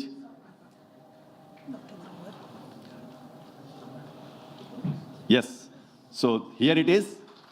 The author himself and all the eminent personalities, the dignitaries on the dais are unveiling the book published by Sundaram Prakashan, Sundaram Publishers, Climate Change, Clean Energy Transitions, Energy Options and Relevance of Nuclear Power. The most awaited moment of the evening. Thank you very much, sirs. Thank you very much, all the dignitaries. And may I request all of you to please take your seats in the audience gallery. जी हाँ, and the group photo. जी हाँ, please, sir, I'm extremely sorry. हमें ये पता चला कि photo अभी auto mode पे है, तो प्लीज आइएगा. फोटो हो गई है? हो चुकी है? अच्छा, हो चुकी है. जी सर, बड़े लोगों की तस्वीरें खींच ली जाती हैं समय पर, ये ध्यान रखा जाता है. बहुत शुक्रिया. And now we are going to listen it from the authors themselves. Yes, the authors of the book are going to present their views in front of us. And G. So, in the first, we would like to listen it from Dr. Arun Kumar Nayak ji. And before we invite Dr. Arun Kumar Nayak ji on the dais, I would like to request Madam Jyoti ji to please introduce him in the gathering. And then we would invite Dr. Arun Kumar Nayak ji on the dais. Doctor Arun Kumar Nayak, इन्हें कौन नहीं जानता, फिर भी मैं उनका एक brief introduction देना चाहती हूँ. हमें आज बहुत गर्व है कि ऐसे विज्ञानी और विद्वान ज्ञानी वक्ता का हम स्वागत कर रहे हैं. डॉक्टर अरुण कुमार नायक जो पुस्तक के मुख्य लेखक और इस पुस्तक के पीछे की असली प्रेरणा है. Doctor Nayak is a nuclear scientist and mechanical engineer and has over 33 years of experience in Bhabha Atomic Research Center and Department of Atomic Energy, working on advanced nuclear reactor design, safety, security, safeguard and policy planning for energy security. Dr. Nayak did his PhD in nuclear engineering from Tokyo Institute of Technology, Japan in 2000 and worked in Technical University of Delft, the Netherlands, and in Royal Institute of Technology, Sweden. He also worked in Institute of Nuclear Energy, University in Germany. He was also consultant to IAEA for several years. He has received several awards and is a fellow of Indian National Academy of Engineering. He has authored 8 books and published more than 500 research papers in academic journals and conferences. He has received several awards and is a fellow of Indian National Academy of Engineering. He has also served as associate editor of ASME Journal of Nuclear Engineering and Radiation Sciences, Multiphase Science and Technology, Computational Thermal Sciences, and Frontiers of Energy Research. He is an internationally well-known as the core catcher man, the Apsara methodology for reliability of passive systems. He is popularly known as SMR propellant in India. Sir, आपकी इस पुस्तक के बारे में कुछ आजीवन स्मृतियाँ होगी. कृपया हमारे बीच में आकर इस स्मृतियों को हमारे साथ साझा करें. आपका स्वागत है. I also request Mr. Ashok Bagwe from the publisher's desk to honor Dr. Nayak sir with a plant.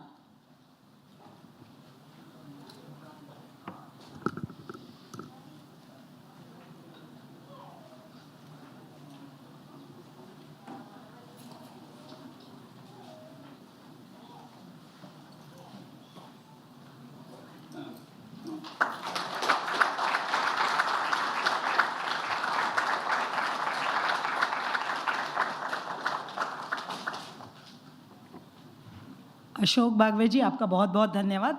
Over to Nayak sir, please.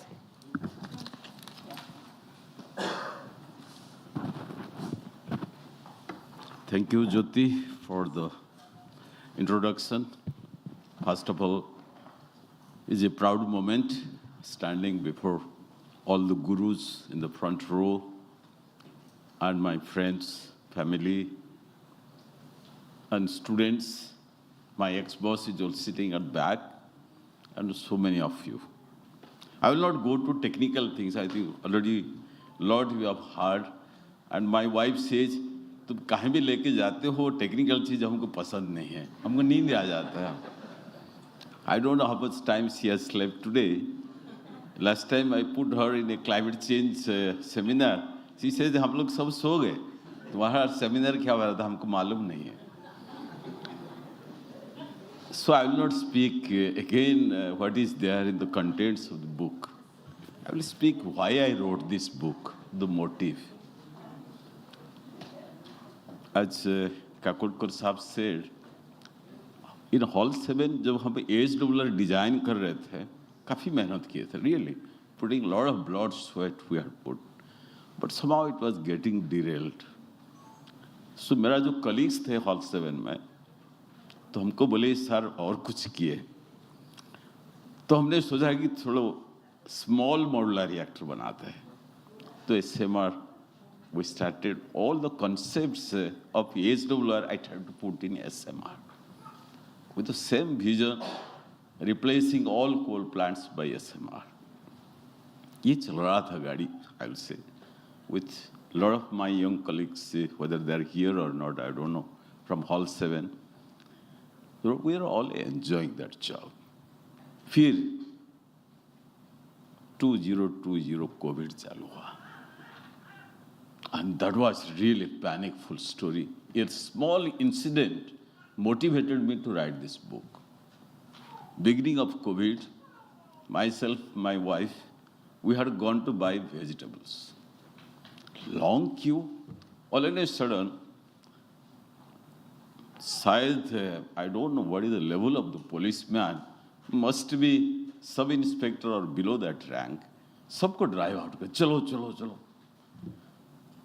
I didn't get vegetables, that is okay.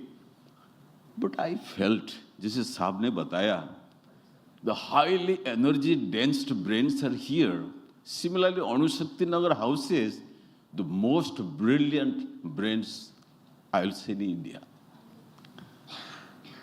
But what is COVID? Nobody was knowing. And the stories, if you recall, 3 years back, it's just shame as a telling that we are top-class scientists, let me admit. That is point number one. Point number two was, millions are standing on the road for vegetables, food, and other things. Not a single seat in the hospital, and thousands going to their native places. Many of them also are dying on the road. This television news really shattered me. And I had a small group of 20 people. That those days, only through video we can chat. That is, VC started, as the friend Jyoti said, that was the janam of video conferencing post-COVID. तो हमने अपना जो 20 लोग को बुलाया. I told, where are we all leading to? Are we sufficient to take this nation forward? तो हमने अपना ही 20 लोग को 4-5 ग्रुप से डिवाइड कर दिया था. एक ग्रुप बोले सर हम इंडिया के एनर्जी के बारे में काम करेंगे. एक ग्रुप बोले हम वाटर बारे में काम करेंगे. I don't know whether these people are here or not. Another group said we'll work for the food security of India. And most important, one group said we'll work for the health care for India. 4-5 group से divide हो गए. Really मेहनत किया लोग. 1-2 महीना में people put all their brains. And I was leading the energy because of my historical attachment. 1 महीना में पता चला, जैसे काकोडकर साहब ने यही बताया, really it's just bad thing I want to share with you. 25% India is only developed today. 75% India is yet to be developed. That is point number one. Point number two is, we dream of India $35 trillion, correct? And today we are only $3.7 trillion. कितना बढ़ाना है? 10 गुना बढ़ाना है. कब कितना time है? We say 2050.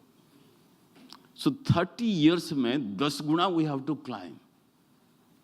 Then we looked at the energy to support it. Today our energy, per capita energy, believe it or not, is hardly 1/4 of that of China. To reach China's level, we have to grow 4 times. And suppose I have to grow 10 times in economy, how much energy I have to grow? It's, sorry?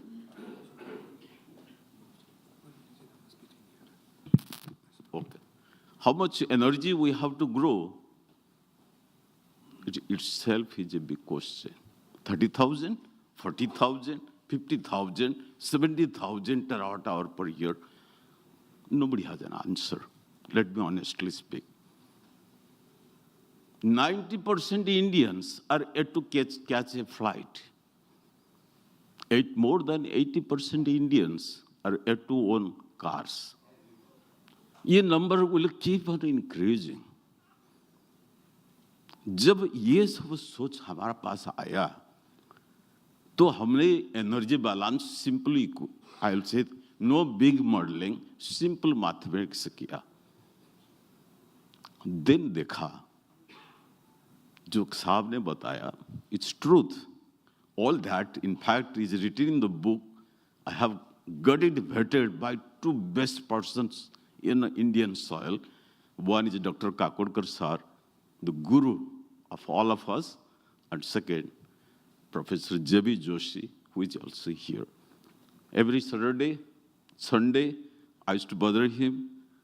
I respect Madam Joshi, who used to cook for us also and serve tea for last 3 years. It's not today.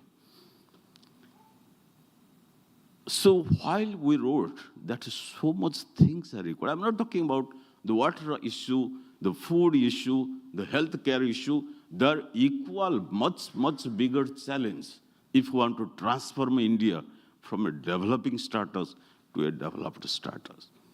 It's a much bigger pain is going to come. I was only driving the SMR. Lot of discourage within the system, outside the system. ये नहीं चाहिए हमको, ठीक है, बहुत बढ़िया है. Many places I was also being questioned.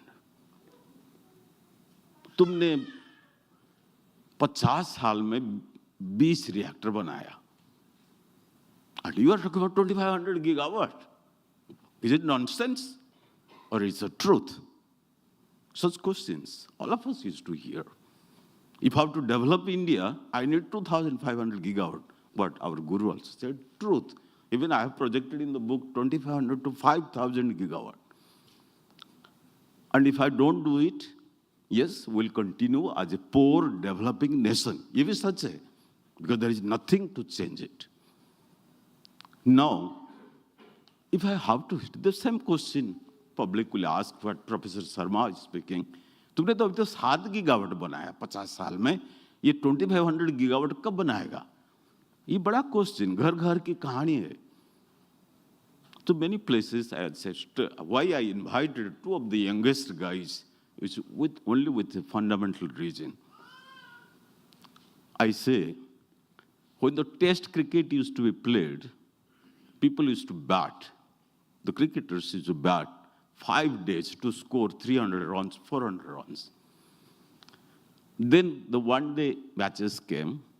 They are scoring 500, 600 runs in 1 day. Then the 2020 match came.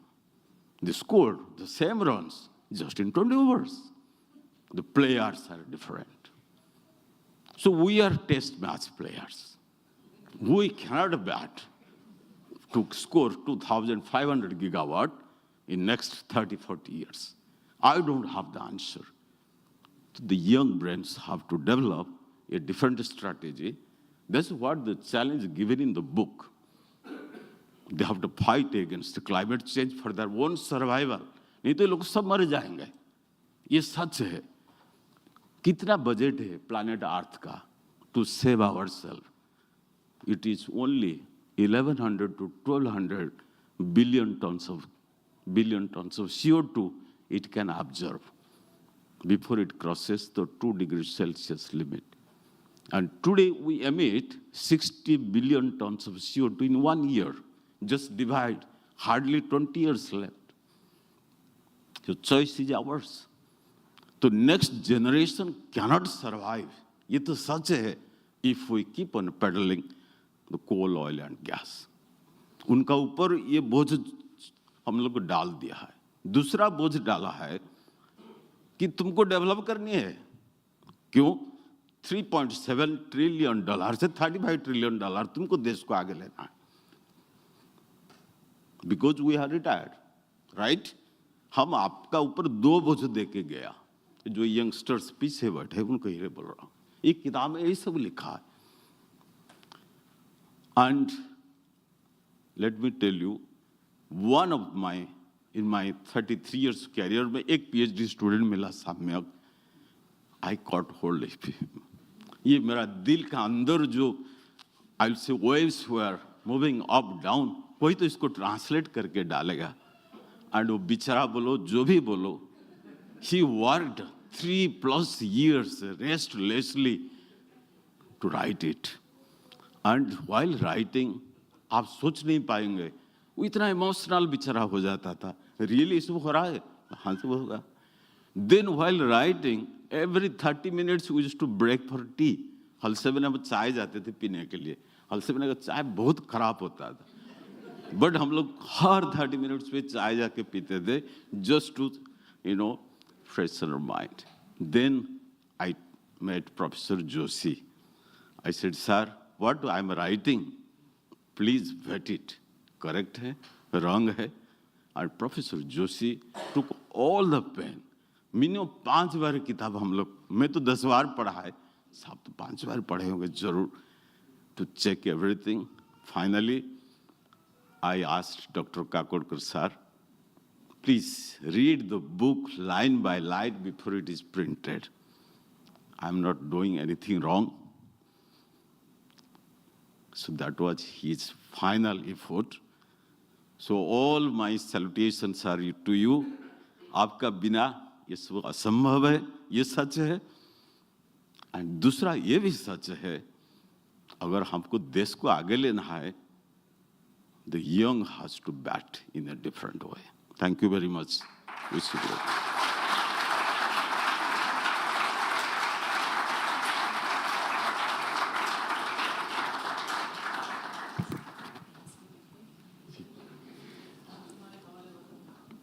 बहुत बहुत आभार महोदय.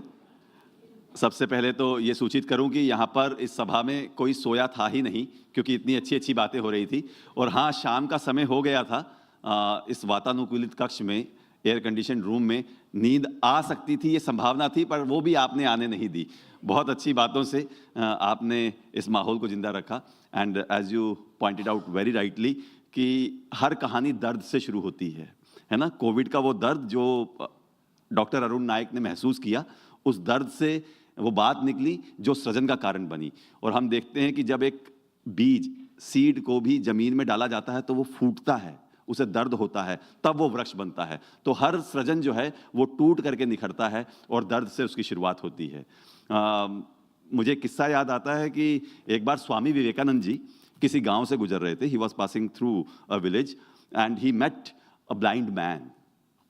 और वो अंधा आदमी आकर के स्वामी जी को कहता है कि Swami ji, I have just lost my eyesight, I have lost my eyes, है ना, the important part of my body, the important organ of my body. And how can I be happy, how can I be positive? Is there anything worse than losing an eyesight? Is there anything worse than losing eyesight? Swami ji said, yes, losing your vision.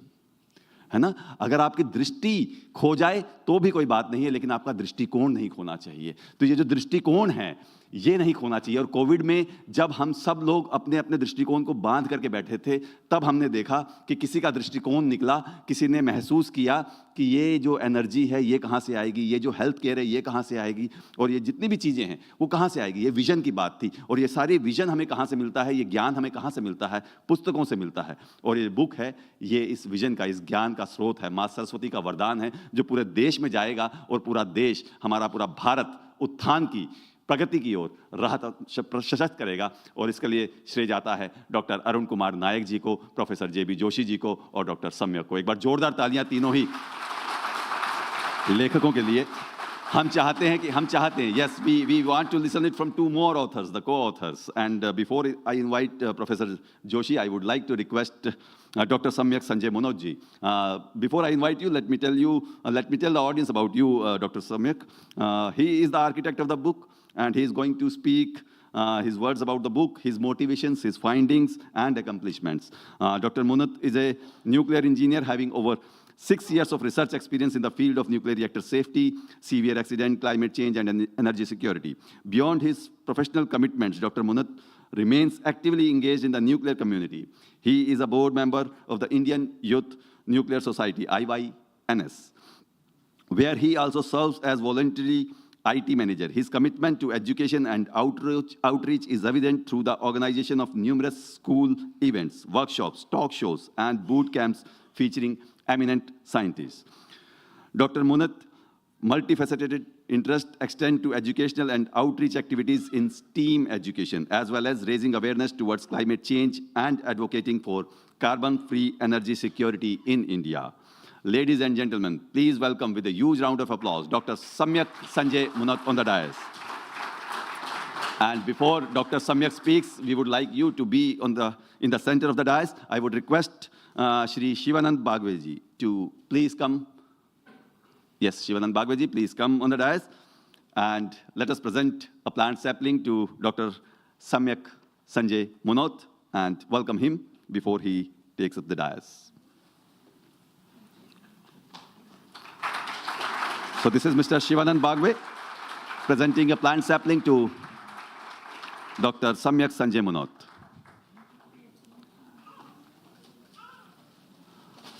Thank you, Mr. Shivanand, and over to Dr. Samyak.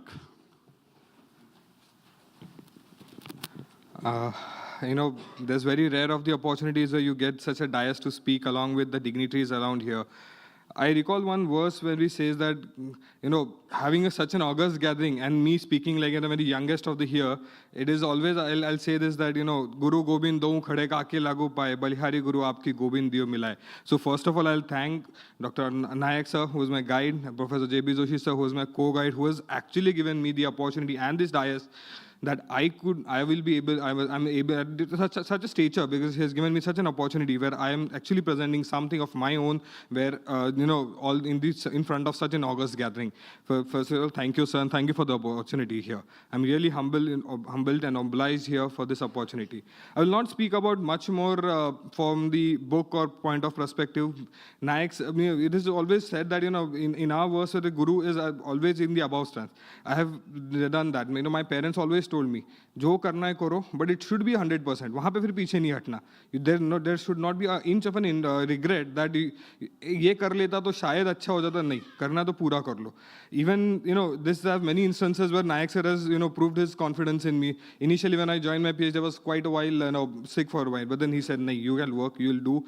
And in the last meeting also, the last book launch, a G20 summit, for a student like me, it is impossible to imagine to attend a meeting there, but I was blessed with an opportunity where the book was launched at something like that. So I definitely thank for this. And the another point of happiness for me is today, from the youngest of my family to the eldest of the family is here. I would request all of my family to please come on the stage just to help me and out here. Please, I'll request my father, Sanjay Munot, my mother, Sangeeta Munot, my elder brother, Siddharth Munot. Please. They have been a continuous power supply to me. My bhabhi, Sweetie Munot, and the youngest one, which I was blessed with, my brother was blessed with a baby girl 11 months back. Because when sir was, even sir was right, when I was writing the book, I was like, initially I was taking it quite casually that, when writing the book, we were just telling that nuclear is important. But she was the one of another motivation, because now my stature was changed. Initially, I was the youngest of the family. She became the youngest. So now we had a responsibility that I have to answer to the forthcoming generation. If they ask me a question, I should be in a position where I'll answer that. So I'll just request, and I'll just, they are the continuous power source for me. Anywhere, whatever happened, they were by my side each and every point of the day.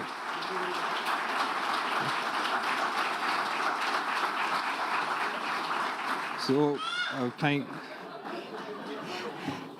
yes. I hope so. If she takes up science, this definitely I'll more gatherings out here.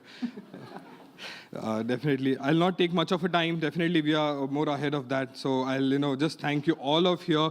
I know many of them have just, have traveled a lot to come here. I'm very thankful for each and every person to make this event a success. And thank you very much. I'm highly obliged.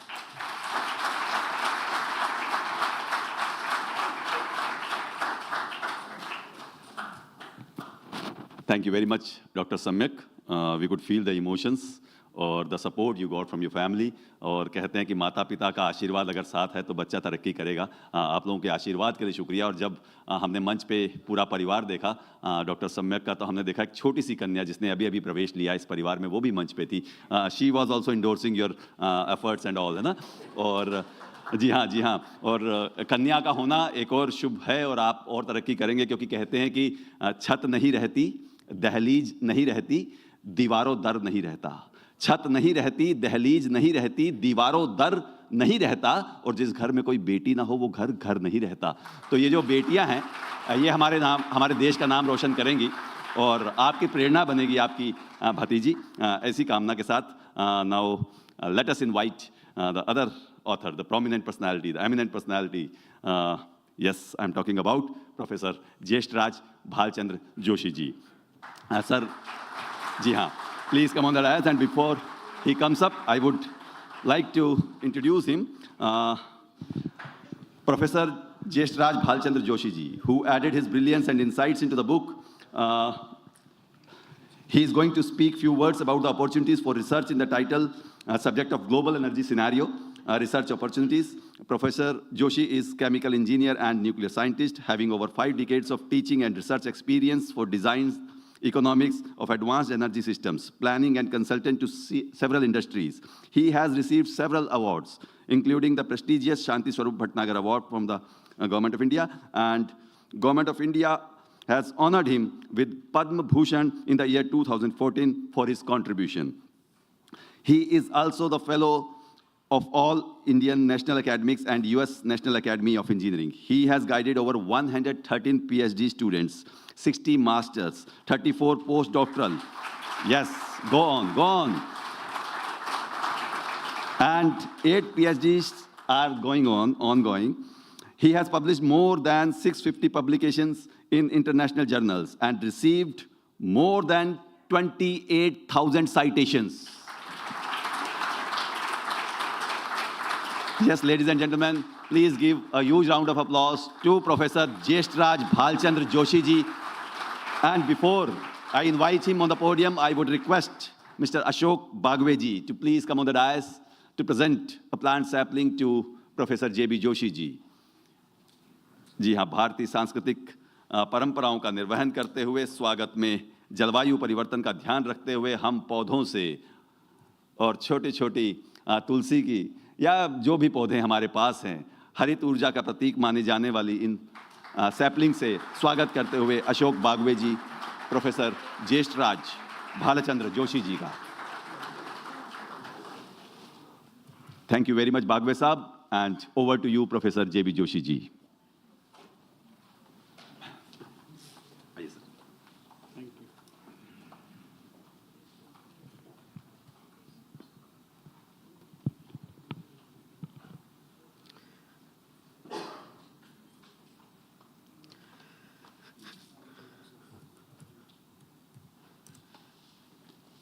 My teachers, colleagues, student friends, good evening.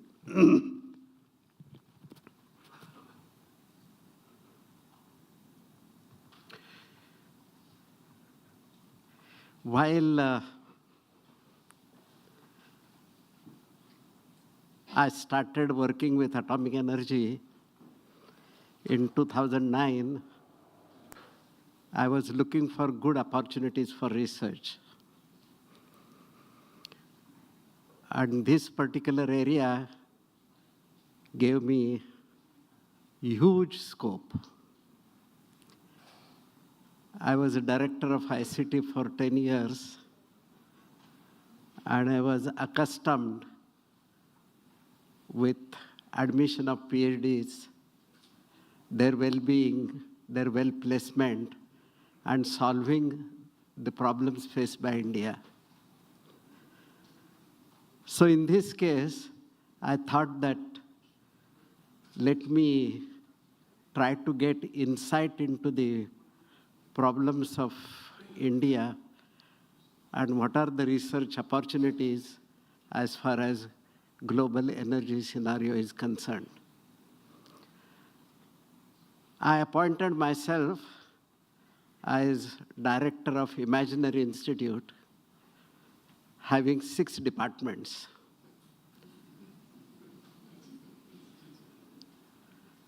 Each department having several divisions, and each division having at least 10 PhD students, totaling 400 PhD students.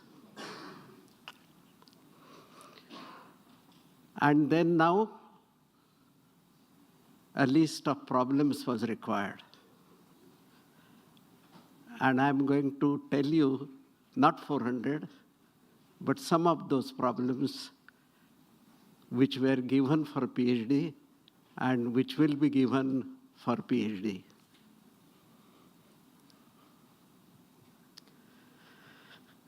So this is the first area, global energy modeling and quantitative. Each country plans something that within 10 years will do something, 20 years will do something, 100 years.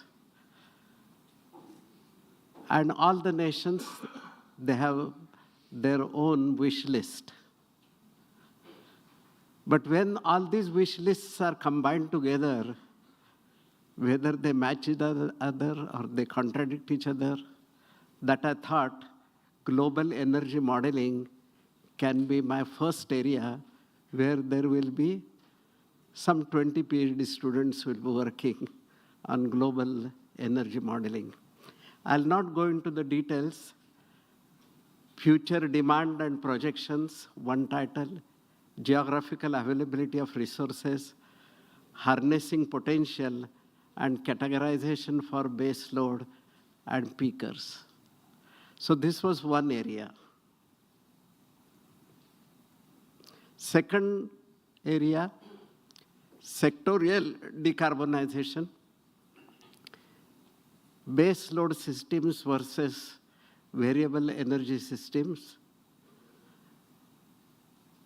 Maybe I'll not go into the details, I'll just read the titles. The industry sector, the transport sector, and readiness of the sectors for carbon change. The third one, the hydrogen cycles, production, storage, and transport, utilization of hydrogen, and overall safety analysis. The fourth one was sustainability studies, energy storage options, sustainability of renewable energy. Fifth, one earth, one future, one energy. That is, each research institution, they have their plan, each country has their plan. But when all the countries are put together, there has to be no interaction. There has to be positive interaction. So international impact, global impact of decarbonization of individual countries, international collaborations, and what is the national policy impact on one earth, one future solution. Finally, readiness of education systems in terms of technical aspects, scientific aspects, economic aspects, and overall awareness. On the basis of these 6 points, I developed a big map of 6 areas which are given here, 600 PhD students, and tried to make a big list of problems that can be done. And in all these 6 areas, whether I can come out with white paper so that the PhD students will have sufficient scope to select as per their liking and as per their motivation, as per their skills, as per their strength. I will not go into the details of 600 problems. I have listed many of them which are not needed here. But India's industry has to transform to currently from a service-dominated sector to core engineering-dominated sector. In other words, we need to transform from a global importer to a global supplier, particularly the energy-related.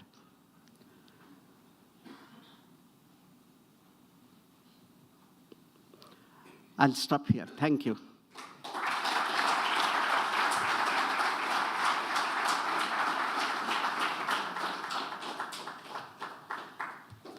Sir, आपका बहुत बहुत धन्यवाद. We believe that your insights and remarks would be highly influential and inspiring for both upcoming authors and attendees, as well as to demonstrate your unwavering support for literary endeavors. Thank you very much, sir. सभी तीनों लेखकों ने अपने विचार हमारे साथ साझा किए. आप सभी का धन्यवाद. पर मुझे नायक सर से शिकायत है और वो मैं मैडम से करना चाहूँगी कि हमें तो ना सर जब भी केबिन में आते हैं तभी हमसे तो 2 मिनट के लिए भी बात नहीं करते, 30 सेकंड में फाइल साइन करते हैं और हमारे कोई विचार हमको नहीं बताते. हम तो नायक सर से हमेशा सुनना चाहते हैं, पर सर है कि मैडम को ही सारी बातें बताते हैं. तो फिर यहाँ मैं इस मंच पे कहना चाहूँगी कि हम सर से हमेशा ही बातें सुनने के लिए बेताब रहते हैं. आप सभी की अतुलनीय मौजूदगी में हम बहुत गौरवान्वित हुए और एक बार जोरदार तालियां बजाइए सभी के लिए.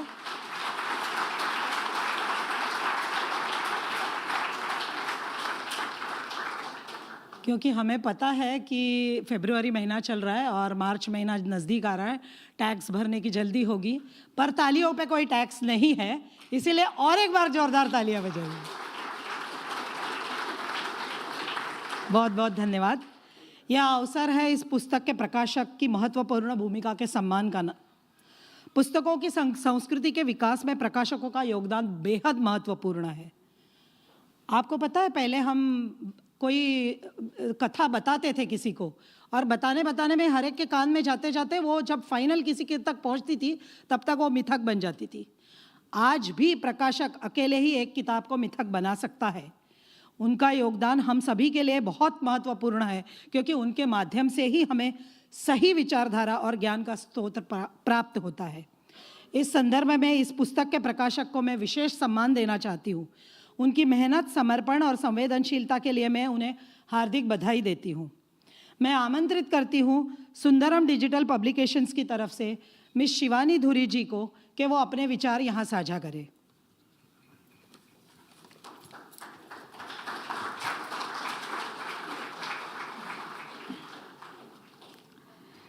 Good evening, everyone. Today, I am privileged to express my heartfelt gratitude to each and every one of you on this momentous occasion on behalf of our entire team. It's an honor to have Dr. Anil Kakodkar, sir, former Chairman, Atomic Energy Commission and Secretary, Department of Atomic Energy, to grace us with his presence for the inauguration of this book. On behalf of Sundaram Digital Publication House, firstly, I would like to express my deep gratitude to the esteemed authors, Dr. Arun Kumar Nayak, sir, Head, Nuclear Controls and Planning Wings, Department of Atomic Energy, Dr. Samayak Manoj, sir, Postdoctoral J.B. Joshi Research Foundation, Padma Bhushan Professor Jeshtaraj Bhalchandra Joshi, sir, Professor Emeritus Homi Bhabha National Institute and Institute of Chemical Technology, Mumbai. The belief in our vision and the opportunity they gave us to be a part of this profound work is testament to their faith. Thank you for entrusting us with the privilege as the publisher of the remarkable book, Climate Change, Clean Energy Transition, Energy Options, and Relevance of Nuclear Power. It is indeed a proud moment for us. The experience gained will undoubtedly shape our endeavor. Our special thanks to Dr. Arun Kumar Nayak, sir. Your expertise and insightful contribution have been a guiding light throughout this journey. Dr. Samayak Manoj, sir, your dedication has immeasurable value to this project, and we are grateful for the opportunity to bring your collective wisdom to a broader audience. We are privileged to have the opportunity to work under the guidance of Padma Bhushan J.B. Joshi, sir. Your commitment to addressing the challenges posed by climate change and charting a sustainable development path is truly commendable. We are indeed fortunate to be a part of this significant event and collaborating with the esteemed authors. Their commitment to the social welfare and their foresight to contribute towards a better future has inspired all of us. The proceeds generated from this sale of this book will be contributed towards the School for Education of Unprivileged Children. Their vision goes beyond the realm of academy and literature. It extends to making a tangible difference in the lives of those who need it the most. Now I extend my sincere thanks to the owner of Sundaram Digital Publication House, Shri Ashok Bagwe sir, Mr. Shivanand Bagwe sir, and Mrs. Sheetal Bagwe ma'am for providing the vision, resources, and support needed to make this event a reality. Before we move on to the next phase of a celebration, I wanted to express my gratitude to each and every one of you, the audience, the contributors, the authors, and our guests. Your presence here today signifies the importance we collectively place on addressing critical issues and seeking solutions for the sustainable future. Thank you. Now, I would like to hand over to Sheetal ma'am to share her insights. Thank you, everyone. Have a wonderful evening.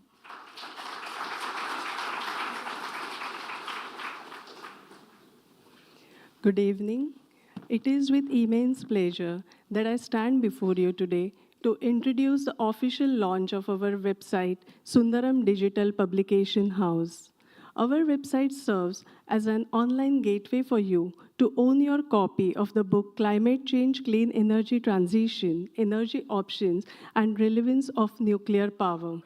We invite you to explore the world where creativity meets technology and where authorship is celebrated in all its diversity. At Sundaram Digital Publication House, we go beyond traditional publishing. Our platform serves as a one-stop solution where authors find the perfect blend of designing, printing, and publishing services under a single roof. We offer a comprehensive suite of services that includes multilingual translations, digital publication, supporting them with marketing strategies, and hosting remarkable publishing events. Today, as we launch this platform, we are committed to provide you with the finest services. We feel truly privileged to have you all as a part of this significant movement. Last but not the least, I would like to thank each and every one of you. Your presence and support have made this occasion truly special. Thank you. May I kindly request Dr. Anil Kakodkar, sir, former Chairman, Atomic Energy Commission and Secretary, Department of Atomic Energy, to come on the stage. It would be an honor if he could extend his gracious presence to open the doors of online gateway to own your copy of the book Climate Change, Clean Energy Transition, Energy Options, and Relevance of Nuclear Power. Thank you.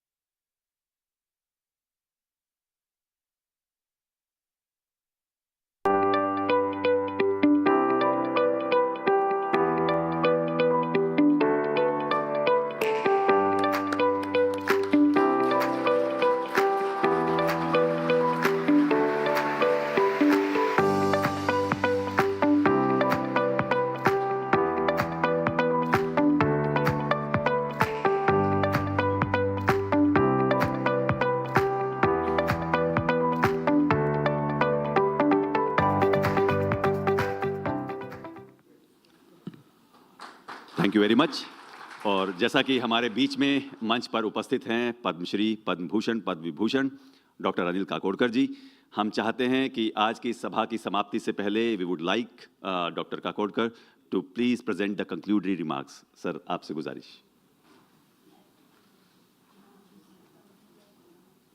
I think I'm amazed to see the hall full, although when I looked at the clock, it's past 9 o'clock. So clearly it's the success of authors and also the success of audience. So compliments to all of you. And while being conscious of this fact, I'll be very brief. So, listening to the rich discussion, actually right now, if you ask me, I can give you 1 hour lecture. And a good lecture, I promise you, but I won't do that. But a few points did strike me. Number one, a point was made that everybody, and this point was made from the industry side, so I'm very happy to hear that they have concerns about the implementation of project by nuclear power corporation or say government company, not nuclear, government company. But they have great confidence about the same institution operating the power plant and operating them well. So I think that's a compliment to Nuclear Power Corporation as far as the operations part is concerned. And I want to mention this because, after listening to this wonderful discussion, we must figure out where do we go from here. So when you decide or try to figure out where do we go from here, we take note of some key, people call it takeaways, but key points to consider. So I think it is possible for Nuclear Power Corporation to run the power plants for others. That's what this is. So I think it's a very, very important point to take note of. The second point is that of course, electricity grids have to grow, but industry needs have become much more urgent today, and industry is prepared to pay for it. So you can grow this nuclear power capacity without budgetary support. You must have heard Mr. Venkatesh Jindal saying, हमें subsidy नहीं चाहिए, वो नहीं चाहिए, but the things can go on. Second point to take note of. The third point to take note of is in terms of action or in terms of delivery, the young people will do much better than old. And we had two great examples. Nitendra is still sitting here, but also Mr. Venkatesh Jindal, he in fact whispered in my ears, कि मैं announce करूँ क्या? And I didn't know what he's going to announce, but मैंने हाँ बोल दिया उनको. And here he goes and says that next year, this time, we should be doing foundation laying of 220 megawatt units. Now, I assure you there is nothing on ground right now, but I think that's the power of youth. And so I think if you take these 2, 3, 4 points into account, and the last point is the old people, if they decide to step back and allow youth to perform, I think this country will be in good shape. Thank you very much.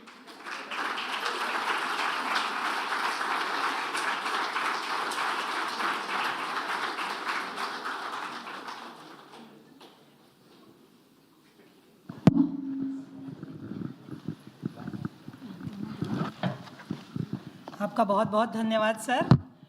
In today's world of emails, e-office, e-books, everything has got a prefix E. But क्या आप जानते हैं एक ऐसा word है जिसको suffix ई है और वो हमारे दिल के बहुत करीब है, that is selfie, selfies. And who doesn't like to have selfies? So to cherish today's memories of happiness with the help of modern technology, we invite you to have selfies and photographs at our photo booth just outside here with the esteemed authors and eminent speakers here. But certainly to get a good selfie, you need to have a good smile on your face. और smile तो तब तक नहीं आएगा जब तक आपका पेट खाली होगा. So we invite you for a delicious mouth-watering dinner at Jade Ballroom just outside this Hall of Culture. Please join us. Before we join for dinner, we have one more responsibility, very important responsibility to do. Yes, हम राष्ट्र के सम्मान में राष्ट्रगान के लिए पहले खड़े होंगे और बहुत बहुत आभार करते हुए सभी गणमान्य जनों का हम इस सभा का विसर्जन करेंगे. और आज का जो टेक अवे पॉइंट है वो डॉक्टर नायक और उसको इंडोर्स करते हुए काकोडकर साहब कि यस, हम टेस्ट मैच के प्लेयर्स से, वनडे के प्लेयर्स से 2020 के प्लेयर्स को हैंड ओवर कर रहे हैं baton. And with this we will see India growing and progressing. So हम ऑडियो चला रहे हैं इसका. जी हाँ, मुझे लगता है खुद ही करते हैं हम. अब हम टेक्नोलॉजी पे डिपेंड नहीं रहेंगे. जी हाँ, सो बिल्कुल 3, 2, 1 गो. जन गण मन अधिनायक जय हे भारत भाग्य विधाता. पंजाब सिंध गुजरात मराठा द्राविड़ उत्कल गंगा विंध्य हिमाचल यमुना गंगा उच्छल जलधि तरंगा. तव शुभ नामे जागे तव शुभ आशीष मागे. गाए तव जय गाथा. जनगण मंगलदायक जय हे भारत भाग्य विधाता. जय हे जय हे जय हे जय जय जय जय हे. प्रिंस, मैं कुछ बोल रही हूँ. दिन डुबाए बिना रात नहीं होती, मेहंदी पिसे बिना हिना नहीं होती, और आप सभी का ऐसा साथ नहीं होता तो आज की यह शाम इतनी खूबसूरत नहीं होती. आप सभी का बहुत बहुत धन्यवाद.